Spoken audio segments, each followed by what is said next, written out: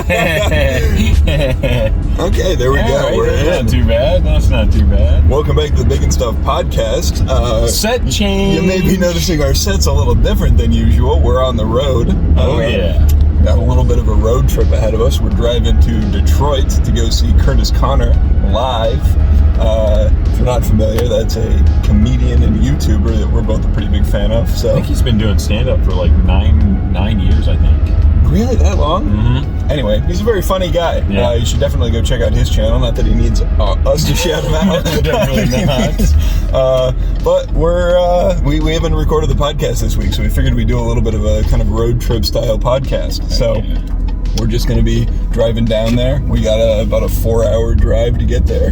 So if we see anything interesting along the way, we'll kind of do a vlog type thing. Yeah. Other than that, we're just going to be doing our normal type of content, but with a much shakier camera. Much shakier. And with a moving car background. noises. Yeah, And car noises. Hopefully the audio is okay. We tried to set it up so that we could use our, actual microphone. But Logan's phone case is blocking his port that we would be able to plug that into, so we can't use the microphone and also have it set up on the dashboard like this at the same time. So unfortunately, you're just getting camera audio this time around. Yeah. But hopefully it sounds okay. We're closer to the mic than we would be if we were on our usual podcast set. It sounded okay when we tried it earlier. Yeah, it didn't sound too bad, but we were just listening to it through your car speakers, so it might be a little different if you're watching on the TV or your phone or something. Yeah. Hopefully it sounds okay, though. But before we get into the meat of the podcast, I was up very late last night and I needed coffee, so And I could go for a coffee right now, too. So we're going to find some of that. We'll see you in a second. Woo!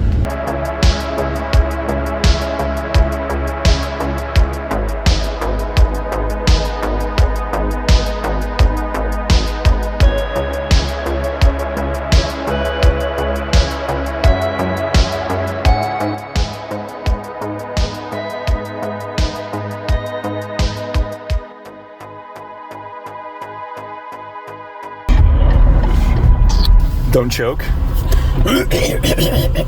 Welcome McDonald's, how may I help you? Hi, can I get a... Yeah, can I get a... Should have got a Happy Meal. Yo, no way, Pokemon? There you go. Awesome, thank you. Well, I like to drive 90 in a school zone.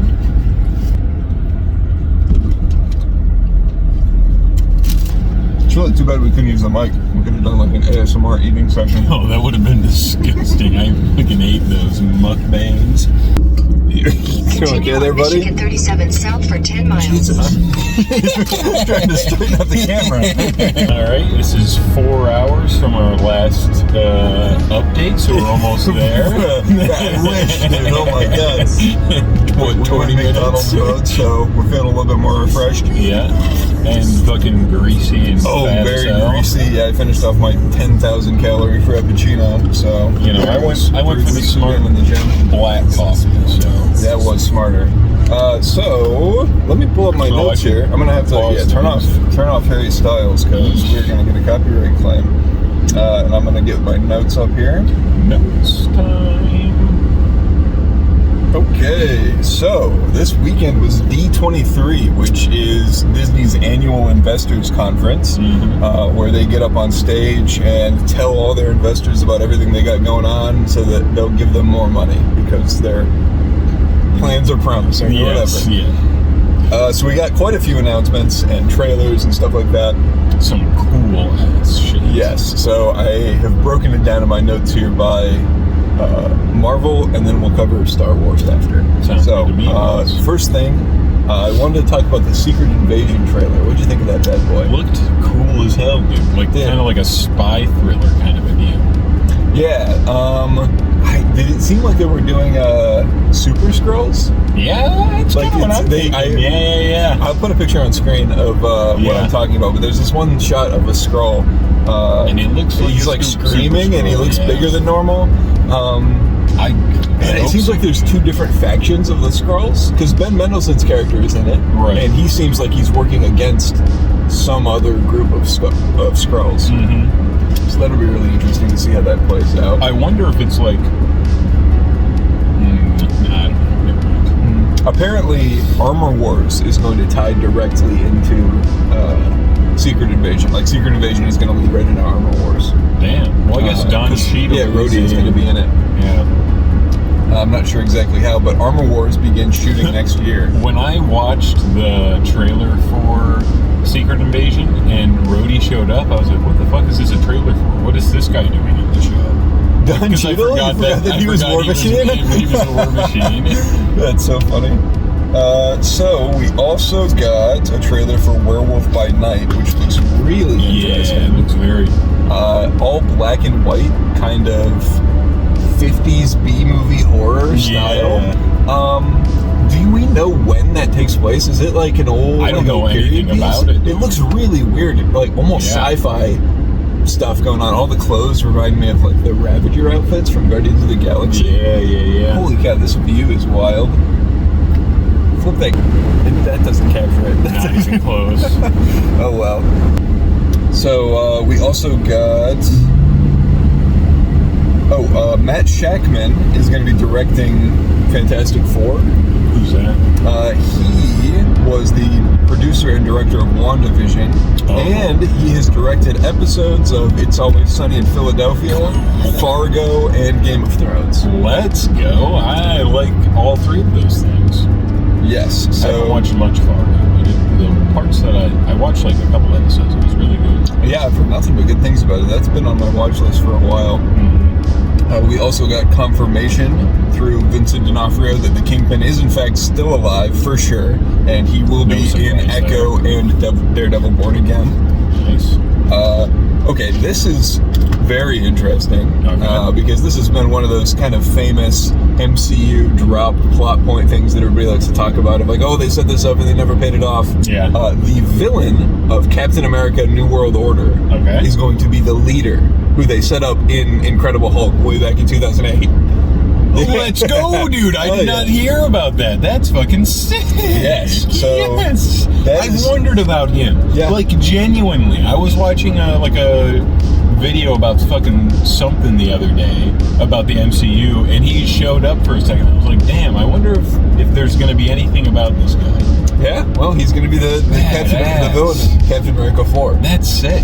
Yeah. I wonder what that's going to look like. Oh, dude, I don't know. We haven't seen him since 2008. He just started to have his head bubble up a little bit, and that was all we saw of him. But I wonder if the Hulk is going to be in that movie too, then. I don't know. I guess we'll have to see what goes on with the Hulk, because he just went off to Sakaar. True.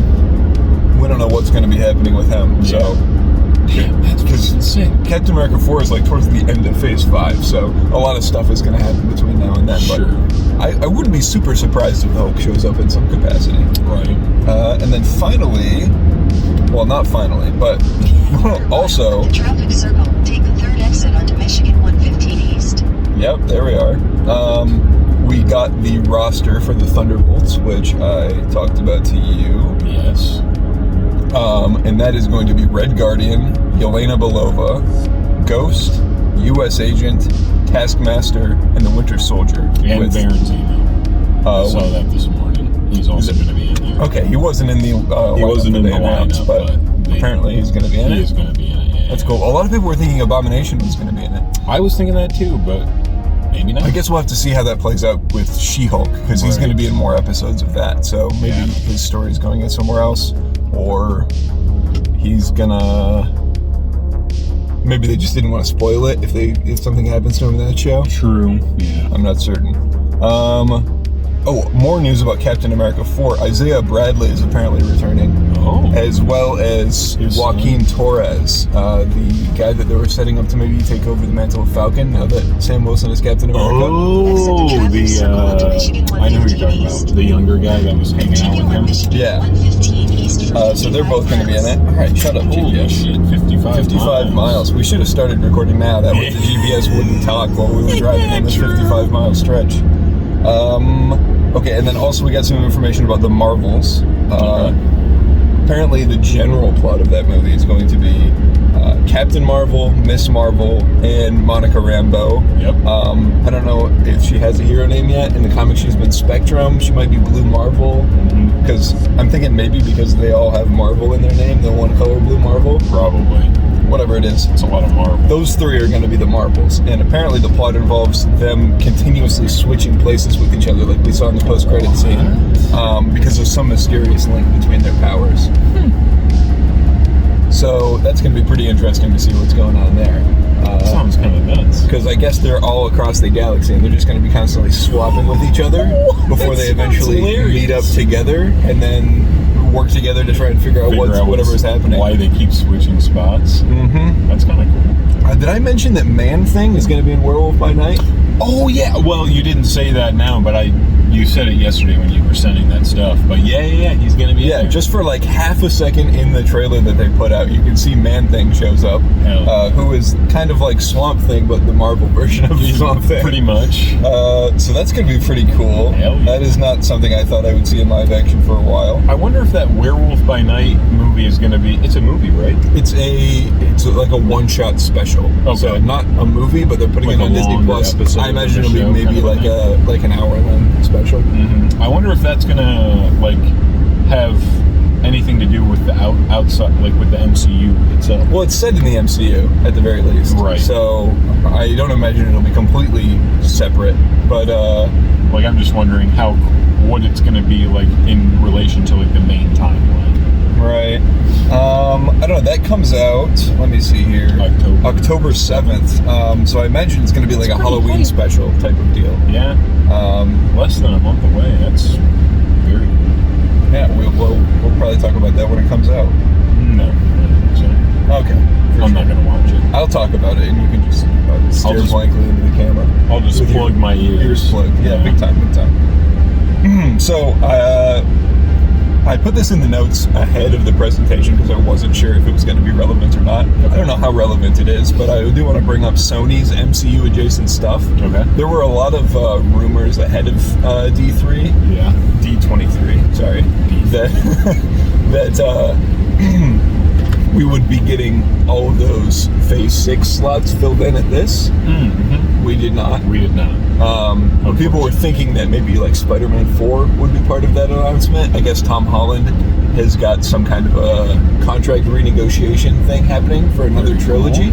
I guess this is not confirmed, but the rumor mill going around is that Marvel wants to do 2 more trilogies with him. They want to do a college trilogy and then like an adult trilogy. Yeah. Oh my god, dude, that's like a fucking wet dream. I think the idea is that they're just going to pay him whatever he wants and just try to keep him around for as long as possible to have him as Spider-Man basically forever. So the contract is being negotiated apparently right now. He's like, I guess he's hot stuff right now, so they're gonna have to pay him a fucking ton of money. But Spider-Man is also Marvel's biggest, most iconic hero. Like, he's the Marvel hero that everybody thinks of when you think of Marvel. So it makes a lot of sense that they would want him to be really in it, super prominent role in the series moving forward. Because he's just really important. I hope they renegotiate like other things as well, so that they can use him in other stuff other than just his movies. Right. Like, well, I think usually his contracts in the past have specified how many crossovers he can be in. Right. So I think his original contract was like he can be in 3 solo movies plus like 4 crossover appearances or something. Gotcha. And so I imagine they'll probably do something similar with this, where it's like you get this many movies with him, plus he can be in this many crossovers. Right. Which is why he couldn't be in She-Hulk, because they ran out of crossovers with that contract. But hopefully Marvel decides to get more of them. Get more crossovers for him.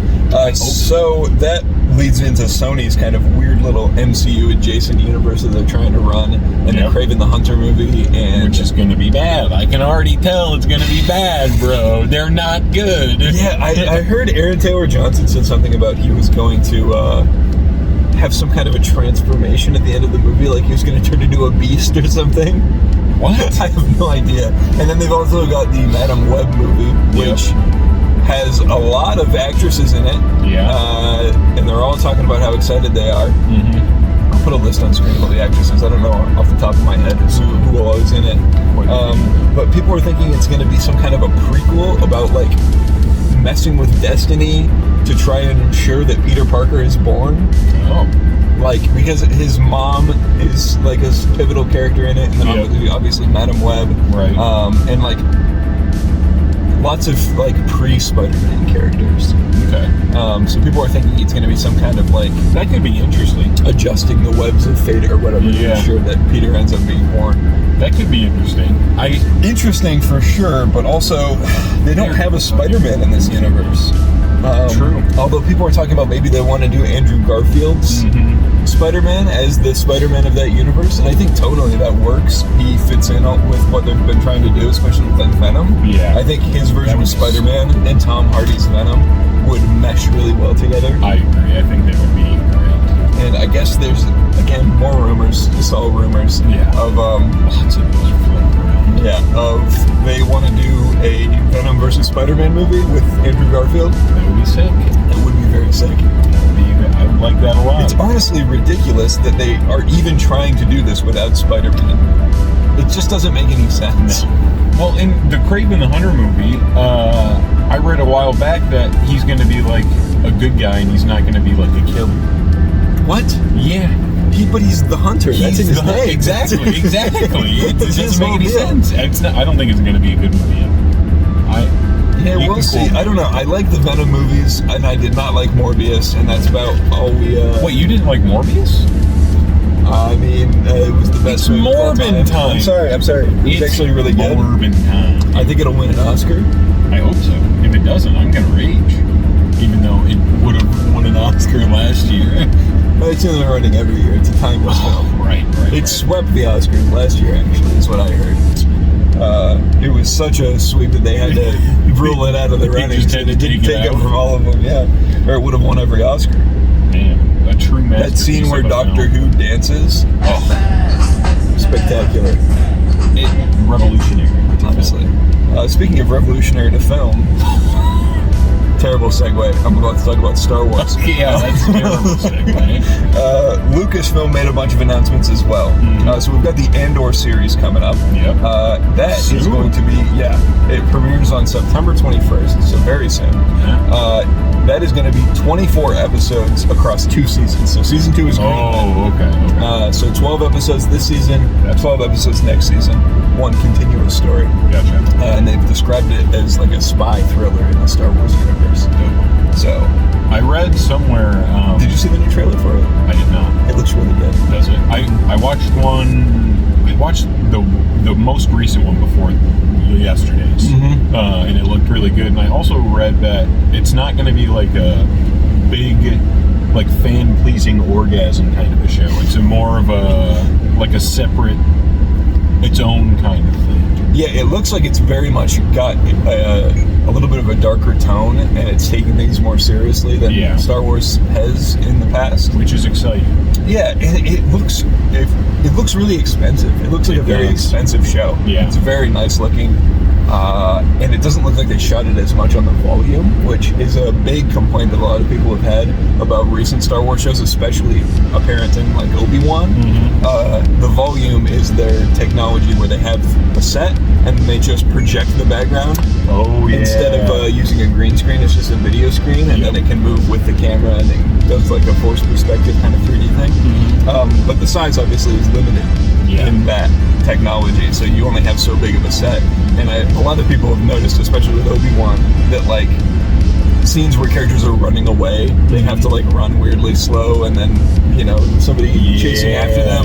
Especially the scene with Leia, a lot of that was shot in the volume, so they only had so far that the actor could run, so they had to slow him down. That's why it looks so fucking goofy. A lot of shots, it's like you've got this big space, but the actors are all staying close together, and that's because the space isn't actually big. It's only a small set, and they're on the volume. That's hilarious. But this show looks like it is shot much more traditionally, like how the Star Wars movies have been shot in the past, instead of being on the volume, which I think is going to be very beneficial to just the overall look of this show. I think so.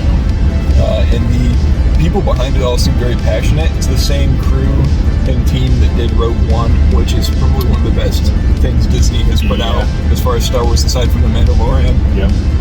I agree. Rogue One was really good, especially the end scene with Darth Vader. Oh yeah, that's one of the coolest Darth Vader things. Just hands down. I love that scene. So good. They also had that new Willow series that comes out on November 30th. I watched the new trailer. Yeah, it looks pretty good. I have not seen the original movie since I was a kid, so I am going to have to rewatch that. That's probably on Disney Plus, right? Oh, it is? Yeah. I think they've got the 4K remastered version on there, too. I'm going to have to give that a watch before I watch the series because I don't remember much about it. It comes out like end of November, I think. Yeah, I just said November 30th. Oh, classic. I can hear you say that. More TV shows. We got Tales of the Jedi, which is going to be an animated anthology series. It's going to be 6 episodes telling different stories about the Jedi from across various eras. It looks like there's going to be focus, especially in the trailer that we saw, a lot about Ahsoka, and then also a lot about like young Count Dooku, which is going to be very cool to see. Kind of how he turned to the dark side, and we also get to see him training Qui-Gon, which is very cool. Very sick. The cartoon version of young Liam Neeson was interesting to see. The action in that trailer looked very. Oh yeah, dude, you haven't seen Clone Wars, have you? The action, especially towards the end of Clone Wars, is really, really cool. They get into some very awesome. They have the whole like the Battle of Mandalore arc, and then like lightsaber fights go really hard. There's a fight between Ahsoka and Darth Maul towards the end of the series that is crazy. Hell yeah! Very, very solid prequel level fighting. Nice. And I imagine this will be something similar. Everything in the prequel era, it's like people were just better at fighting lightsabers back then. Yeah. What else we got here? Mandalorian Season 3. That's coming soon. Now, it originally, when they first announced Season 3, they said February 2023. But in this newest trailer, they got rid of the February. It just says 2023. So I don't know if that means it's getting delayed, or if maybe it's getting moved up, or maybe it is still February and they just didn't want to put that in the trailer. But people are just a little sussed out by the fact that they took February out. Because that's less specific than you were before. But they didn't say it's getting delayed, so we're not 100% sure what's going on with that, but it still looks exciting. And also, Babu Frick from Rise of Skywalker is in it, or at least some creature that's the same looks species. Like him. But, like, I guess Star Wars fans just have a tendency to call whatever the species is, like Baby Yoda, where everybody just called Grogu Baby Yoda for the whole first season, which was very interesting. Now, did you see Bad Batch? No. I did not watch that either. But season 2 is coming January 4th, and that's going to be 16 episodes. So if you liked Bad Batch, you're getting more of that. I've heard it's pretty good, but I don't know. I just didn't have a ton of interest in it. Jon Favreau apparently called Ahsoka Dave Filoni's magnum opus. Dave Filoni has kind of been the mastermind of Star Wars for the past while. Kind of almost their Kevin Feige equivalent. Not quite, because he's not as in control of Star Wars as Kevin Feige is with Marvel, but kind of a similar creative role. So Jon Favreau said it's his magnum opus. Which that's exciting. That is exciting. We know when that comes out. Probably 2023. That's the only information we got was Jon Favreau hyping it up. Of course. And then they also had Jude Law come out and talk about Skeleton Crew, which he's going to be starring in. Very sick. And is that live action or animated? It's live action. It's going to be set in the High Republic era, and it's directed by John Watts, who directed this Homecoming Spider-Man trilogy. Holy smoke-a-rooney, bro. Yeah, so that's going to be pretty interesting stuff coming out. So I did want to talk a little bit, post all of those announcements about just... Oh, we're getting cut off in traffic here a little bit. That's what his nuts are being eaten about, if you're curious. What do you think of the way Disney has handled Star Wars so far? It's been fucking goofy mode, dude. Very goofy. I don't know. I like some of their stuff, and then I dislike some of their stuff. And what did you think about the sequel trilogy as a whole? I liked The Force Awakens. What's the second one called? The Last Jedi. The Last Jedi. I don't know. The Last Jedi was mid for me, and then The Rise of Skywalker had its ups and downs. I'd probably give it like a 6.5. Okay. See, I've been all over the place as far as the sequel trilogy, because when the first one came out, when The Force Awakens came out, I was really, really hyped about it. I watched it in the theater like 3 times. Oh, yeah. I loved it. I was all over it. And then a few years later, it started to become more and more obvious that movie is essentially just A New Hope redux. Yeah. Which I still enjoyed it, and at the time, before seeing any of the other movies coming out, I was like, no, it's fine. They're just trying to get people back on their side after the prequels because people didn't like the prequels. Right. Sorry, that McDonald's is coming back to haunt me. It's like stuck in the back of my throat. So, I was big into that one.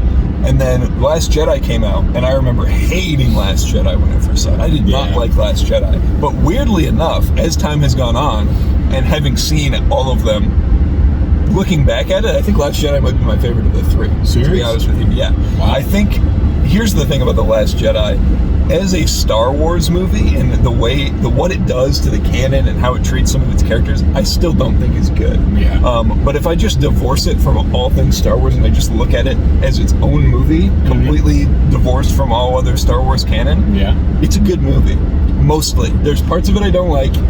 I think the whole side adventure with Finn going to the casino planet, that's very slow. Yeah. I think the pacing as a whole is a little slow in that movie. I think it could have been cut down quite a bit. But if you disregard those more boring parts, the stuff that is there is really cool. I think the whole disgraced Jedi Master, if it wasn't Luke, would be really cool. Yeah. I think people just don't like it, and I don't like it because it is Luke. And it's like, well, he just did this whole hero's journey and now he sucks? Like, what's going on? But if it were any other Jedi, I think that was a really cool story beat to have. Sure. And I think the whole fight in the throne room after he kills Snoke, killing Snoke was like a crazy, mind-blowing thing to see in the theater. I wish they had some plan to, like, if they had done that as a setup for something in particular, rather than we're going to do it because it's cool, and then, oh shit, we don't have a villain now. How do we end this trilogy? Yeah, because they really wanted to redeem Kylo Ren, but then they also wanted to have a big bad guy, and it's like, I thought Kylo Ren was going to be the big bad guy in the final movie. It would have made sense. It would have been cool. He should have been. Yes. But, alas, he was not. Yeah. I think had they gone with the original plan from Last Jedi, people would like Last Jedi more. Because it set up a lot of things that they never paid off or that they backtracked on because people hated that movie so much. They're like, oh, wait, we don't want to do any of that actually. So they just reverse it all. Everything. And then by the time you get to the end of Last Jedi, it's like, well, then what was the point of this? We end up in exactly the same place we were before this started. Yeah. You know? It's like the whole point of the trilogy was like, oh, the Empire. We defeated the Empire, and then we defeated the Emperor, we defeated Darth Vader, and it's like, oh, we get a new Empire, and a new Emperor, and a new Darth Vader equivalent, and then we defeat them again, and everything's exactly the same, and why did we have this trilogy? It's just pointless. Yes. We start in the same place that we end at. Yes. Like, it could have just not happened, and the universe would be exactly the same. Yeah. So, I think, that's the biggest issue I have with the Disney Star Wars trilogy. It's just that there was not really any point. There was no point to it. It could have just not happened, and it would have been fine. Yeah. So it's weird. I think if they had just gone through with their controversial plan from the beginning, because obviously all that stuff was setting up something. Right. And we never got to see maybe we didn't like the setup, but maybe the payoff would have been good. Right. But because they backtracked on all of it, all we have is the controversial setup and then no payoff to it. So people just hate it even more. Right. It's ridiculous. Do you think they'll ever do you think they'll ever remake a sequel trilogy? There are always rumors going around about Disney decanonizing the sequel trilogy and trying to retcon it and get rid of it. I think that might just be copium. That's just wishful thinking on people's part. Yeah. I started to say that and kind of fell off halfway through the sentence. I think people are just wanting that to happen. Yeah. And so they're kind of trying to manifest it by writing articles about it, but I don't know if that's really ever going to be the plan. Yeah. It would be cool if they wanted to give it another shot. They've erased Star Wars canon and replaced it in the past. Fucking that is a whole nother stupid, idiotic thing that they did, and it made no sense. I know. Years and years of fucking just tons of information fucking out the door. Yeah, I was never really into the Legends canon stuff. Yeah. The extended universe. I was too young when the Disney takeover happened to really have been super invested in all of the outside of movie content. Yeah. So it didn't impact me as much, but I cannot imagine having been really invested in all of those characters and storylines and like being a big fan of all of that stuff, and then hearing, oh, Disney bought Star Wars, they're going to start making new movies, I'm going to get to see all of my favorite storylines and characters adapted into live action. This is going to be awesome. And then Disney goes, no, fuck you. None of these are canon anymore. We're doing our own thing, and it's going to be worse. It's like, no, come on. And like, there's some cool ass stuff in Legends. Like I've read and watched videos about some of the Legend stuff, and it looks fucking sick. Yeah, they had a whole. I mean, that was what Star Wars canon was for a long time. That was the story. Yeah, they just got rid of it. It is nice, at least, that they haven't like stopped publishing that stuff, but they still put it out. It's just under a separate continuity. Yeah, but. That just a real punch in the nuts to have all of those stories just completely wiped from the board, just so they could replace it with something much more mediocre. Yeah. So that's definitely unfortunate. And we fucking missed out on a ton of games too, like. Oh yeah, the 1313. Yeah, that was gonna be cool. There was that Bounty Hunter. There was I think there was a Boba Fett game that they were gonna make. Yeah, I don't. That's fucking sucks, dude. Yeah. So on the TV side of things, though, we've talked about the movies now. Yep. What about the all the Star Wars TV shows? What have your thoughts been on that so far? Let's see. Mandalorian, goated. Absolutely fantastic. Yep. I think that's the best thing they've done so far with Star Wars. I was talking about I like Rogue One quite a lot, but The Mandalorian is hands down the best thing they've done so far. Most definitely. Jesus. Obi-Wan, pretty good. I think Obi-Wan was pretty mid. It had some very strong points, and then a lot of those strong points were also undermined by some weaker points. Yes. Like, I think for every really cool thing they did, they also did an equally lame thing. Yeah. I enjoyed seeing a lot more of Darth Vader. Cool. He does some very cool stuff. I got really, really hyped when he pulls that ship out of the sky and rips the doors open. But then it was immediately undercut by another ship taking off. It's like, why didn't you grab that one too? Clearly you can. Right. Like, he just lets it go. He was weak, dude, because he used all of his energy to pull No, because then he kicks the shit out of Reva immediately after. So clearly he's fine. Which was also a cool scene. I know, but I feel like they could have written it in a way that did not make Darth Vader look like a dumbass, you know? Sure. Because it was such a cool moment for him that it just immediately, like, what? And another time that also happens is when he's got Obi-Wan and he's dragging him through the fire. Oh, yeah. And then somebody shoots at him and he gets distracted, and then they just drag Obi-Wan away. And it's like, why didn't you just grab him again? He didn't get that much further from you. You could have just grabbed him again. Yeah. But he lets him go. And I'm content to just believe that Darth Vader was doing like a cat and mouse thing of just like, I'll just let him get away this time and then I'll get him again and I'm just going to mentally torture him. Yeah. I'm content to just let myself believe that's what he was doing. Right. But in all honesty, I think it was just a poorly executed scene. Yeah. And that probably has to do with the volume thing I was talking about. That's why they were not further apart from each other. Probably. Shit, I didn't even think about that. Yeah. That is kind of, Yep. I also really liked the fight between Obi-Wan and Vader, and especially the dialogue exchange at the end, where he kind of, it almost feels like he absolves Obi-Wan of feeling responsible of it. He does it in a very hateful, angry way, you know, like you'd expect Darth Vader to, but he almost, it doesn't seem like he forgives him, but he's like, no, you didn't create me, I did this to myself. Yeah. You know, it's not your fault, it's just me. Which I think was what made Obi-Wan feel more okay about the situation. Like, he got more closure out of it, because I think that whole time he was thinking it was his fault that happened to Anakin, when really Anakin was just, it was the Emperor's fault. Genuinely. It was the Emperor's fault for sure. So that was cool, and I like how he calls him Darth at the end of that, because in A New Hope he calls him Darth, and I was always like, why wouldn't he call him Anakin? That's what he had always referred to him as. But I think having that moment of like, okay, this is no longer Anakin Skywalker, this is Darth Vader, so he starts calling him that. Which I thought was a cool little touch.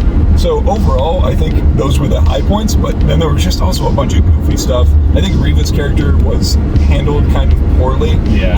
The actress absolutely did not deserve any of the hate she got for that. That was super, super unwarranted.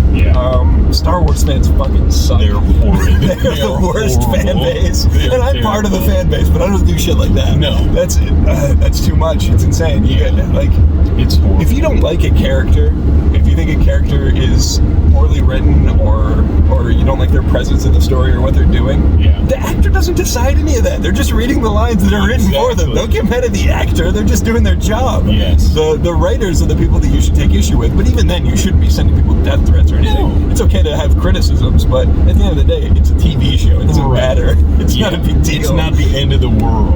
Yeah. So everybody needs to chill out. Don't ever send anybody death threats. I don't know why that's something. Why is that a thing? That, like, I feel like it's so common. I was like, oh, this so-and-so person in Hollywood was getting death threats over whatever. They're like, why? What are you doing? Like the Little Mermaid star. Oh, like yeah, because they cast a black actress as the Little Mermaid, and she's getting all kinds of hate and, like, death threats? Why? Really? For that? Why? Like, are you kidding me? The actress, too, though? Like, not the casting director? I mean, don't send it to anybody, but, like, if you're going to be mad at somebody, I feel like the people making the decisions are the ones that be mad at, not the actors. No. Anyway. No, not at all. Very dumb. Very dumb. Very.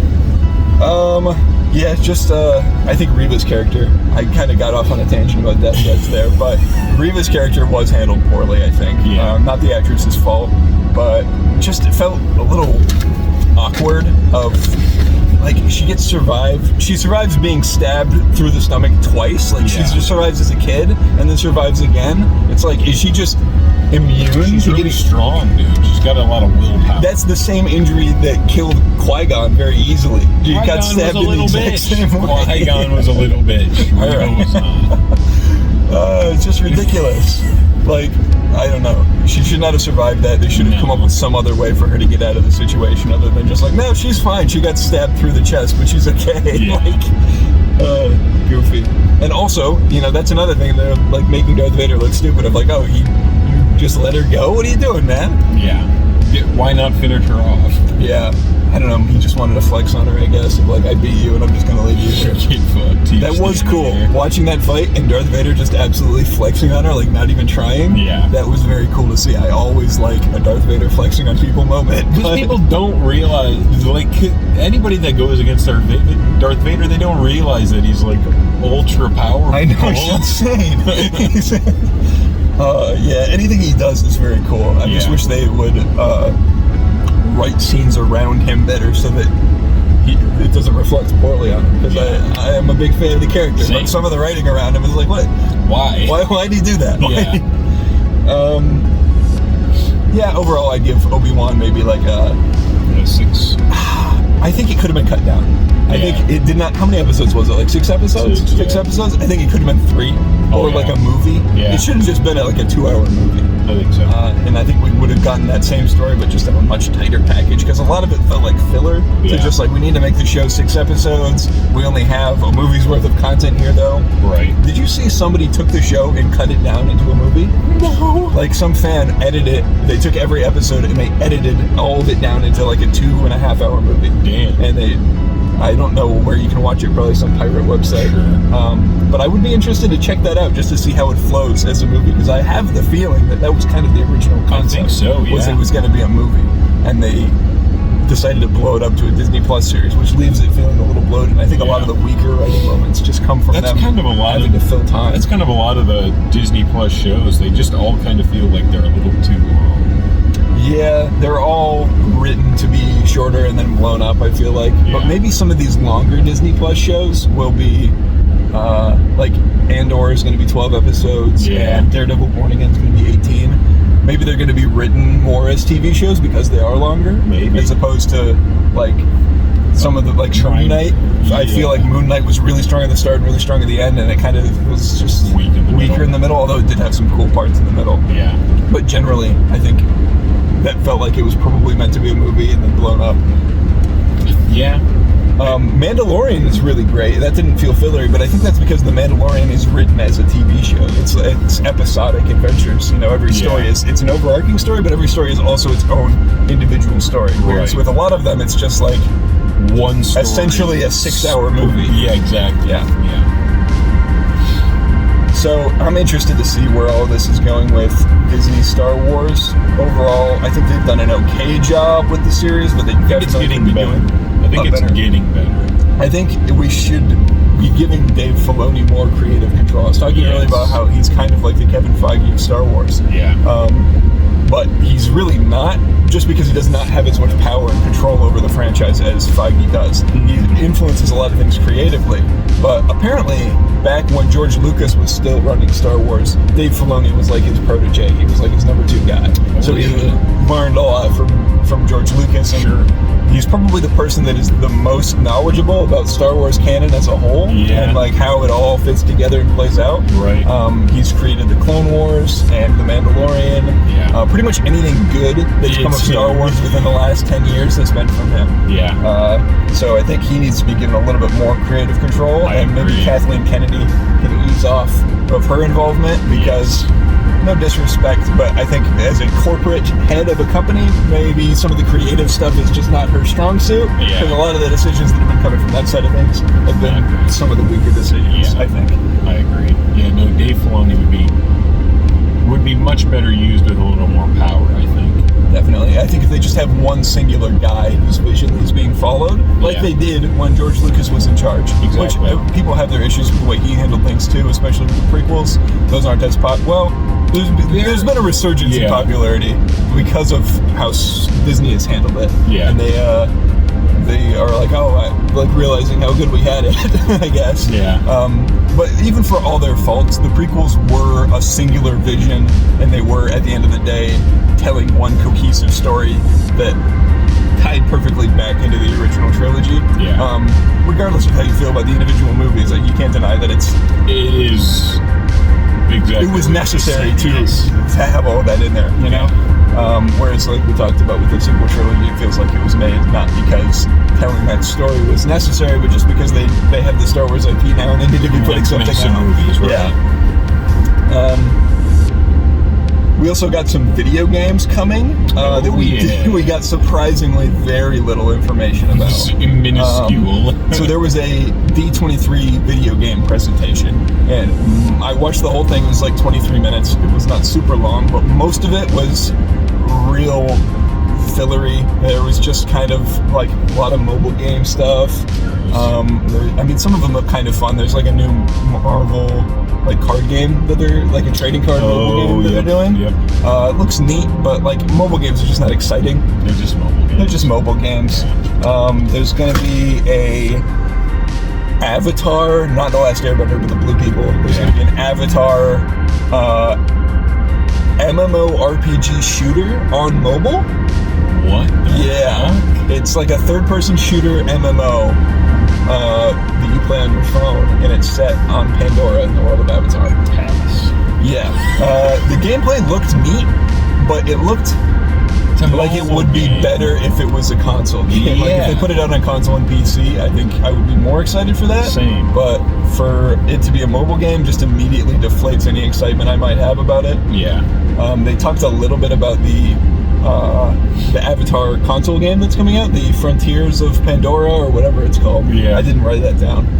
But that does look cool. They didn't show any gameplay though. They're just showing like in-game cinematics, so the graphics look nice. It's going to be a next-gen game. I think it's open world, exploring the world of Avatar, which that very visually impressive world. Very cool to explore. I think the idea of playing as a Na'vi and like riding all the cool creatures, because they've got that hair link thing where they're kind of like all part of the same consciousness and they can tap into it. That's a cool thing to like explore and to fight off the military with their mech suits and pelicans and stuff, Halo looking vehicles and things. I think that could be a very potentially cool game, but we haven't seen any gameplay for it, so it's hard to be really hyped. It's also on console, so it hopefully will be better than any mobile game. The standard of quality on a console is a lot higher than the standard of quality on a mobile game. And also mobile games tend to have more predatory practices, like monetization practices. Not that console games are innocent on that front. They do that too sometimes, but I feel like it's less common because you are paying your $70 or whatever up front. Yeah. They're less likely to try to squeeze you for every penny you got since you already paid up front. Whereas for a mobile game, most of the time they're free, and then you're paying for everything inside of it. It's like going to Disney World and you pay your ticket and then everything inside you can do, or going to like a carnival and then you have to pay individually for each ticket, or for each ride. Yeah. That's all I really have to say on that, though. Star Wars Last Jedi Survivor, what? Yeah. What's it called? Star Wars Fallen Order Jedi Survivor. Yeah, that's it. They did not show that. They did. It was all this fillery mobile game content, right? Yeah. And then right at the very end, they do a sizzle reel, and in that sizzle reel, they show Star Wars Jedi Fallen Order Survivor. Yeah. I don't know why it's so hard for me to say. They showed that. They showed the Star Wars Eclipse game. That they announced a ways back. They showed Kingdom Hearts 3. They showed, Kingdom Hearts 4. Sorry, I'm so used to that 3 being the one that's not out, but 3 came out a long time ago. They showed Kingdom Hearts. They showed Wolverine. They showed Spider-Man. All in a little 30-second sizzle reel of just flashes of shots from each game. What? Just and then that was it. And I'm like, those were the games I wanted to know about. Why didn't you tell us about those? That's stupid. Yeah. So all of the most exciting games did not get any coverage or expansion on. That's the dumbest shit I've ever heard. They spent the whole conference talking about dumb games that I don't care about, and then right at the very end, they're like, by the way, we are making games you do care about, but we're not going to tell you about We're not going to tell you or show you anything. Yeah, so that's unfortunate. For this little clip. I did see one little shot that I think is new from Spider-Man 2. It's Spider-Man and Miles, and Spider-Man has a new suit, it looks like. Which potentially. one? It looked very similar to the Iron Spider suit, like the classic one from the comics. But it had some different modifications to it. I'm not. Look it up on your phone. Yeah, I'll look it up. I'm not 100% sure if that was new or if it's a screenshot that we've seen before. Gotcha. I'll be able because it was a quick sizzle reel, and I only saw it once. Yeah, sure. But that was that. Unfortunate, we didn't get any more information on that. I really would like to know more about the Wolverine game. Me too.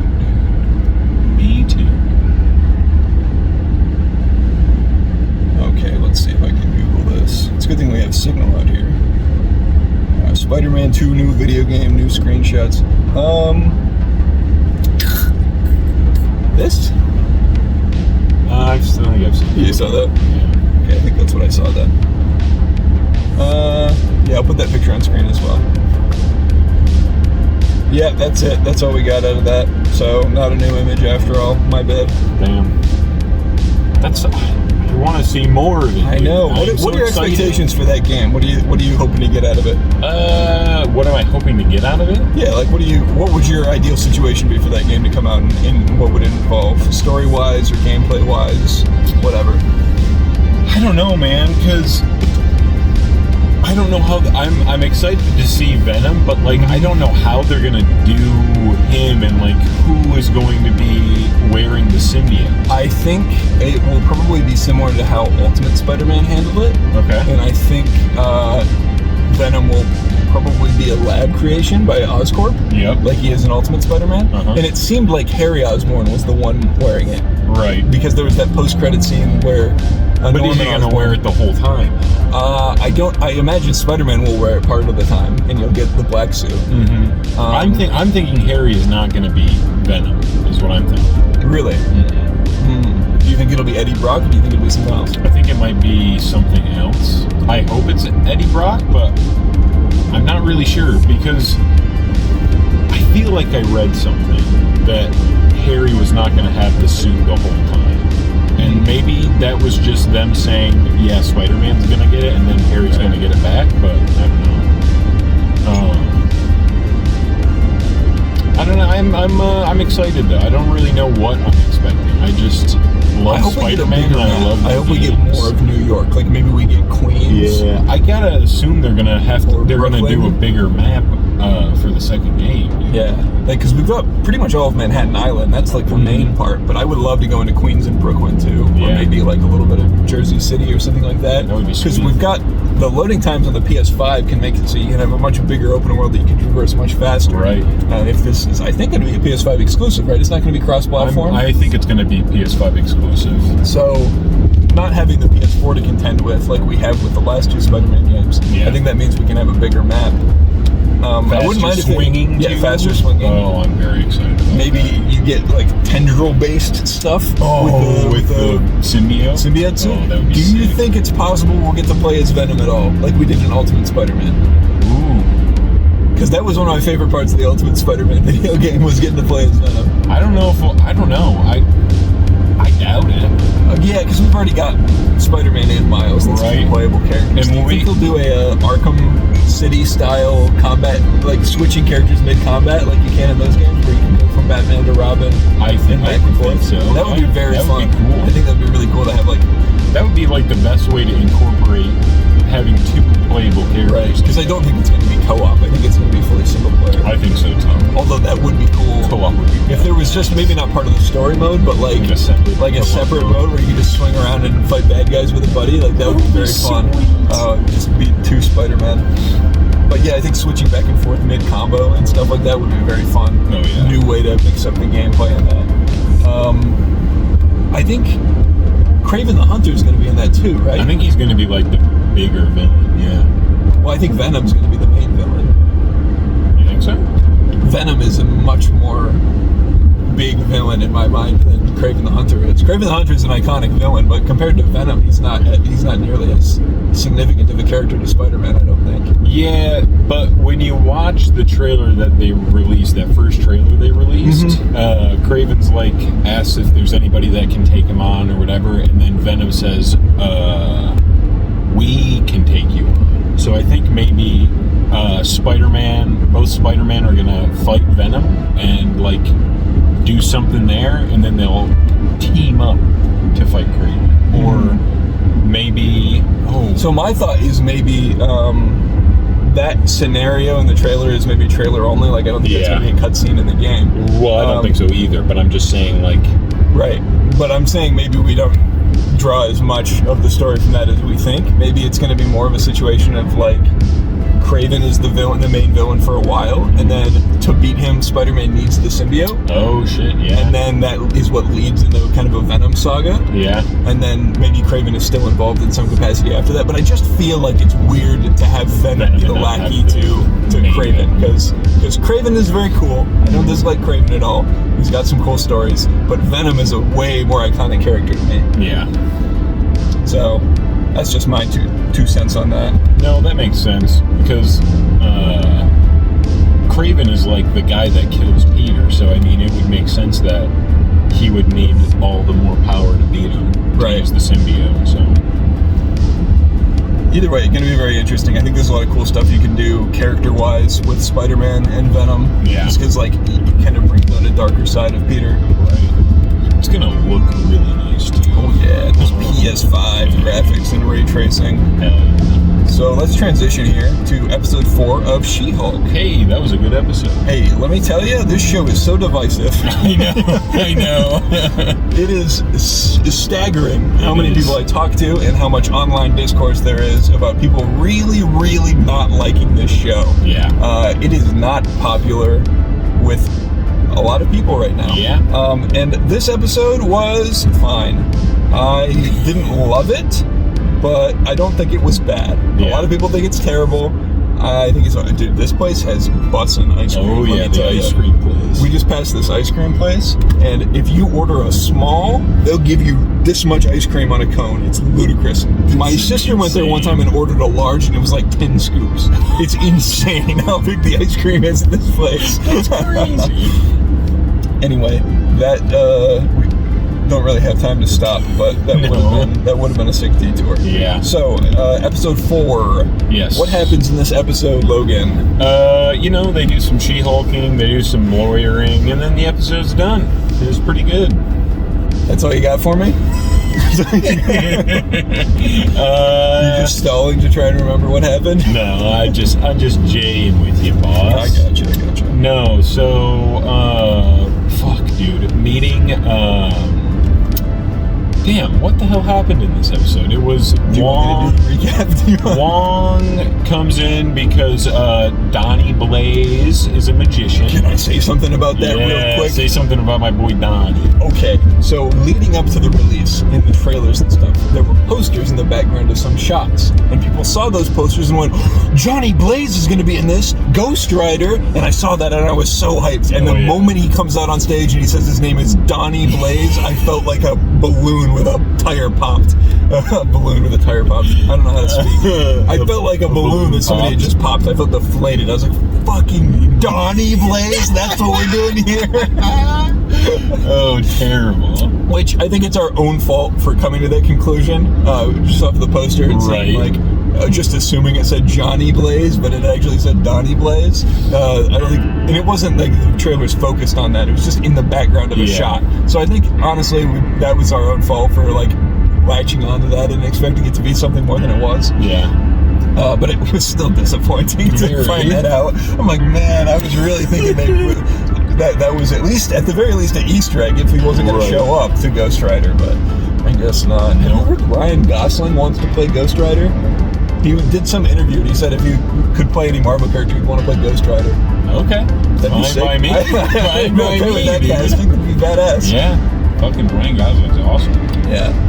So no Ghost Rider, unfortunately. It is Donnie Blaze, not Johnny Blaze, who is a magician. A magician who apparently studied at Kamartaj for like a couple days and then got kicked out for like a week or something, and then he got kicked out. So he stayed just long enough to learn how to do the portal. Yep. Which how fast do they start teaching people that? That seems like early on. Like you just rock up to Kamartaj and they're like, all right, we'll start teaching you portals. Here, you can teleport yourself wherever you want to go. Like, that's crazy. It's amazing more people haven't tried to seek them out. Yeah, no kidding. So he learned that, and then he got kicked out. But he kept his sling ring, so he's just a regular magician. He's trying his normal tricks. They're not impressing anybody. So he busts out the sling ring and opens up a portal to, I don't know, the Warhammer universe. Or something, yeah. There's like goblins and shit. Yeah. And a lady on stage, Madison, with a Y. It's not where you think. It's not where you think. Dude, I fucking laughed every time she did that. Yeah. So she gets teleported into some Dungeons and Dragons looking ass dimension and makes a deal with a demon and sacrifices a goat. Yeah. No, it was a goat. The demon was a goat. Just like a goat demon? Yeah. Anyway, she ends up getting teleported into Wong's living room while he's watching The Sopranos, which as soon as that theme song came on, I immediately thought of Donkey's version of that. Have you heard that? Oh,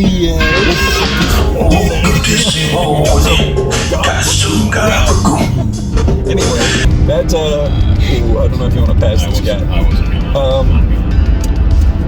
So she shows up in Wong's living room and immediately spoils The Sopranos for him. Yeah. The episode that he's about to watch, she tells him a character death, and that pisses him off enough that he decides to go to Jennifer Walters to try and file a cease and desist against this guy to stop using magic. Yeah.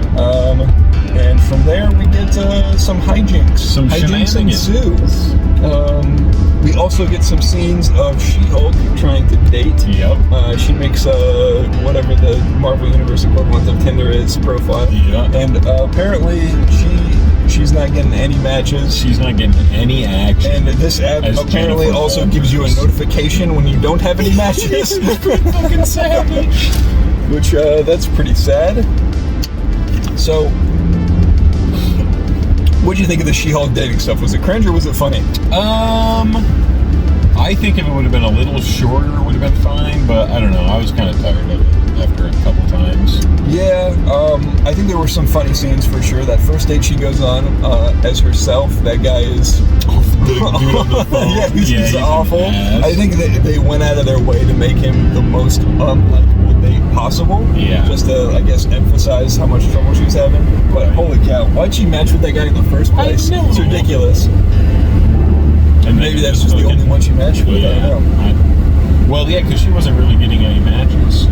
he starts randomly swiping. Yeah. And then they also had a guy who I assume is meant to be a Hoken Marvel fans. Yeah. Nerds of like asking like, is your skin impenetrable? Yeah. What about vibranium and stuff like that? The kind of questions that we would be having. Yep. So that was pretty funny. Called her a fucking specimen. Specimen. That reminds me, a dude in Captain America: The Winter Soldier called him a specimen too. Really? In the Apple shop. There's a guy from. Oh yeah. Yeah. I know what you're talking about.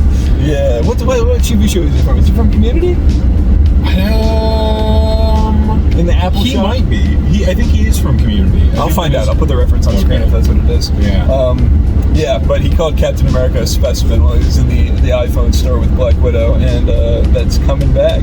This guy calls She-Hulk a specimen.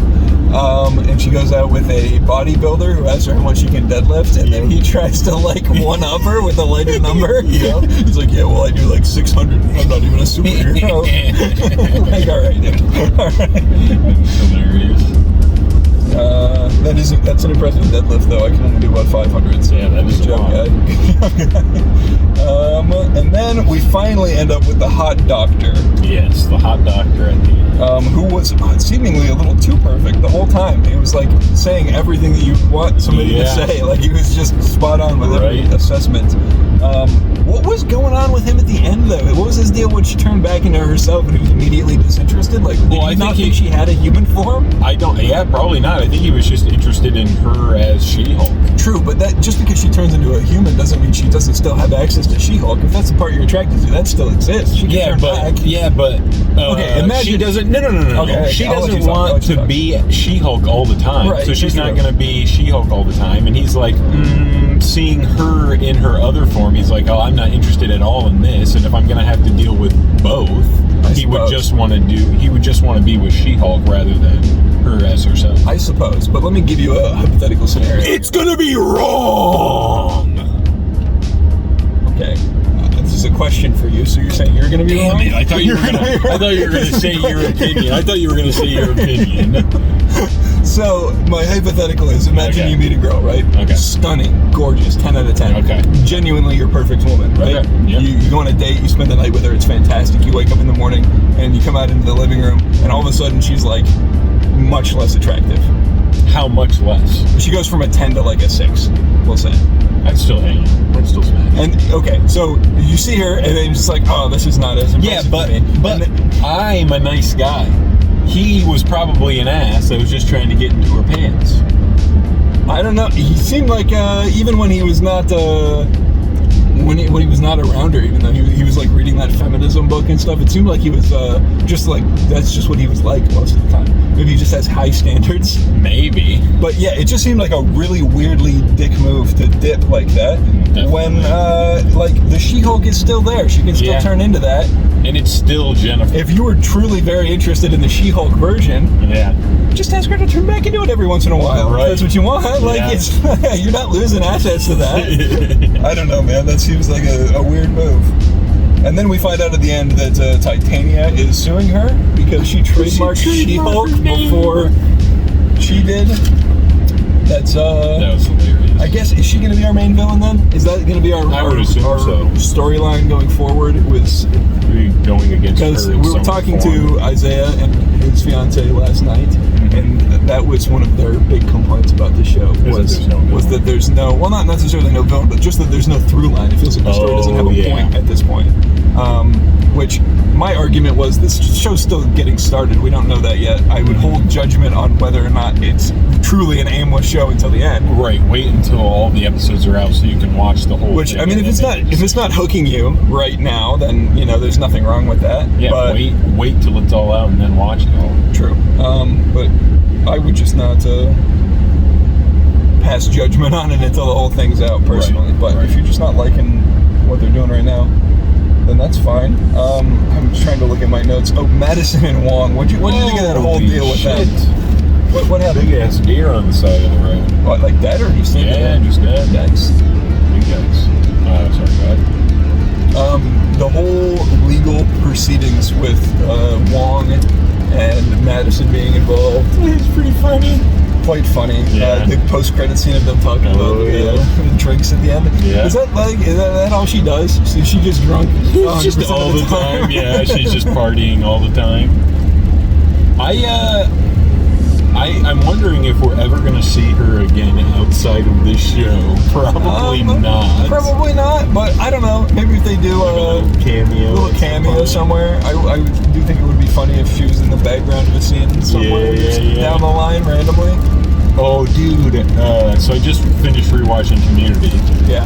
And in one of those shows, in one of the episodes towards the end, they're talking about Fat Neil and how they did Dungeons and Dragons. They're like, yeah, we saved Fat Neil, and he's still out there walking around doing stuff, and he just shows up in the background, like just standing there waving at people. That's funny. It's very funny. Fat Neil. Fat Neil. Imagine people referred to you as Fat Logan and you didn't know about it. It would be horrible.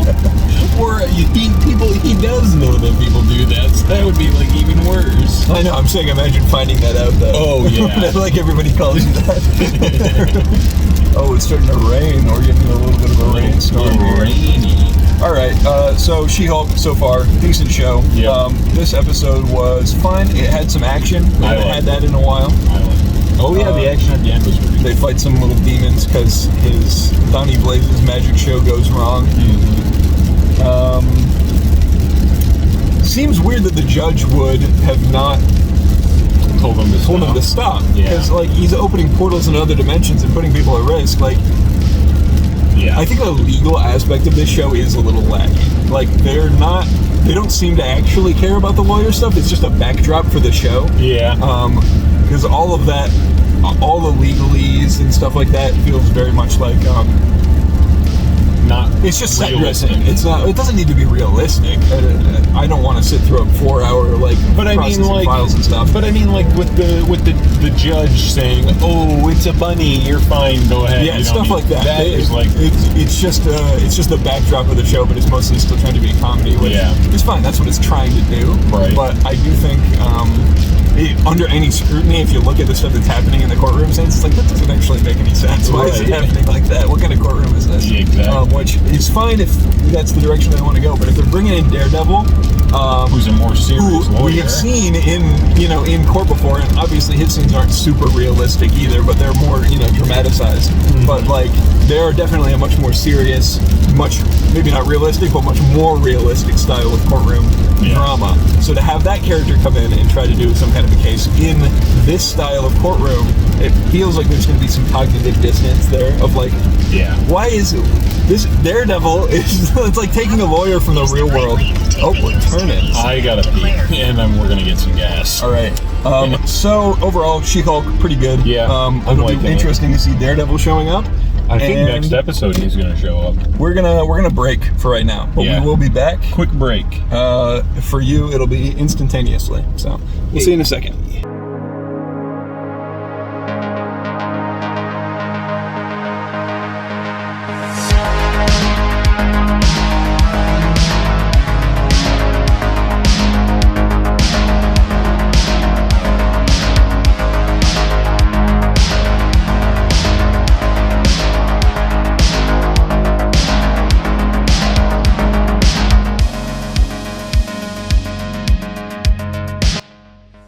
We actually just drove for a really long time before we started talking again, so we're just gonna zoom on through that. Plus, I just like using the speed up effect.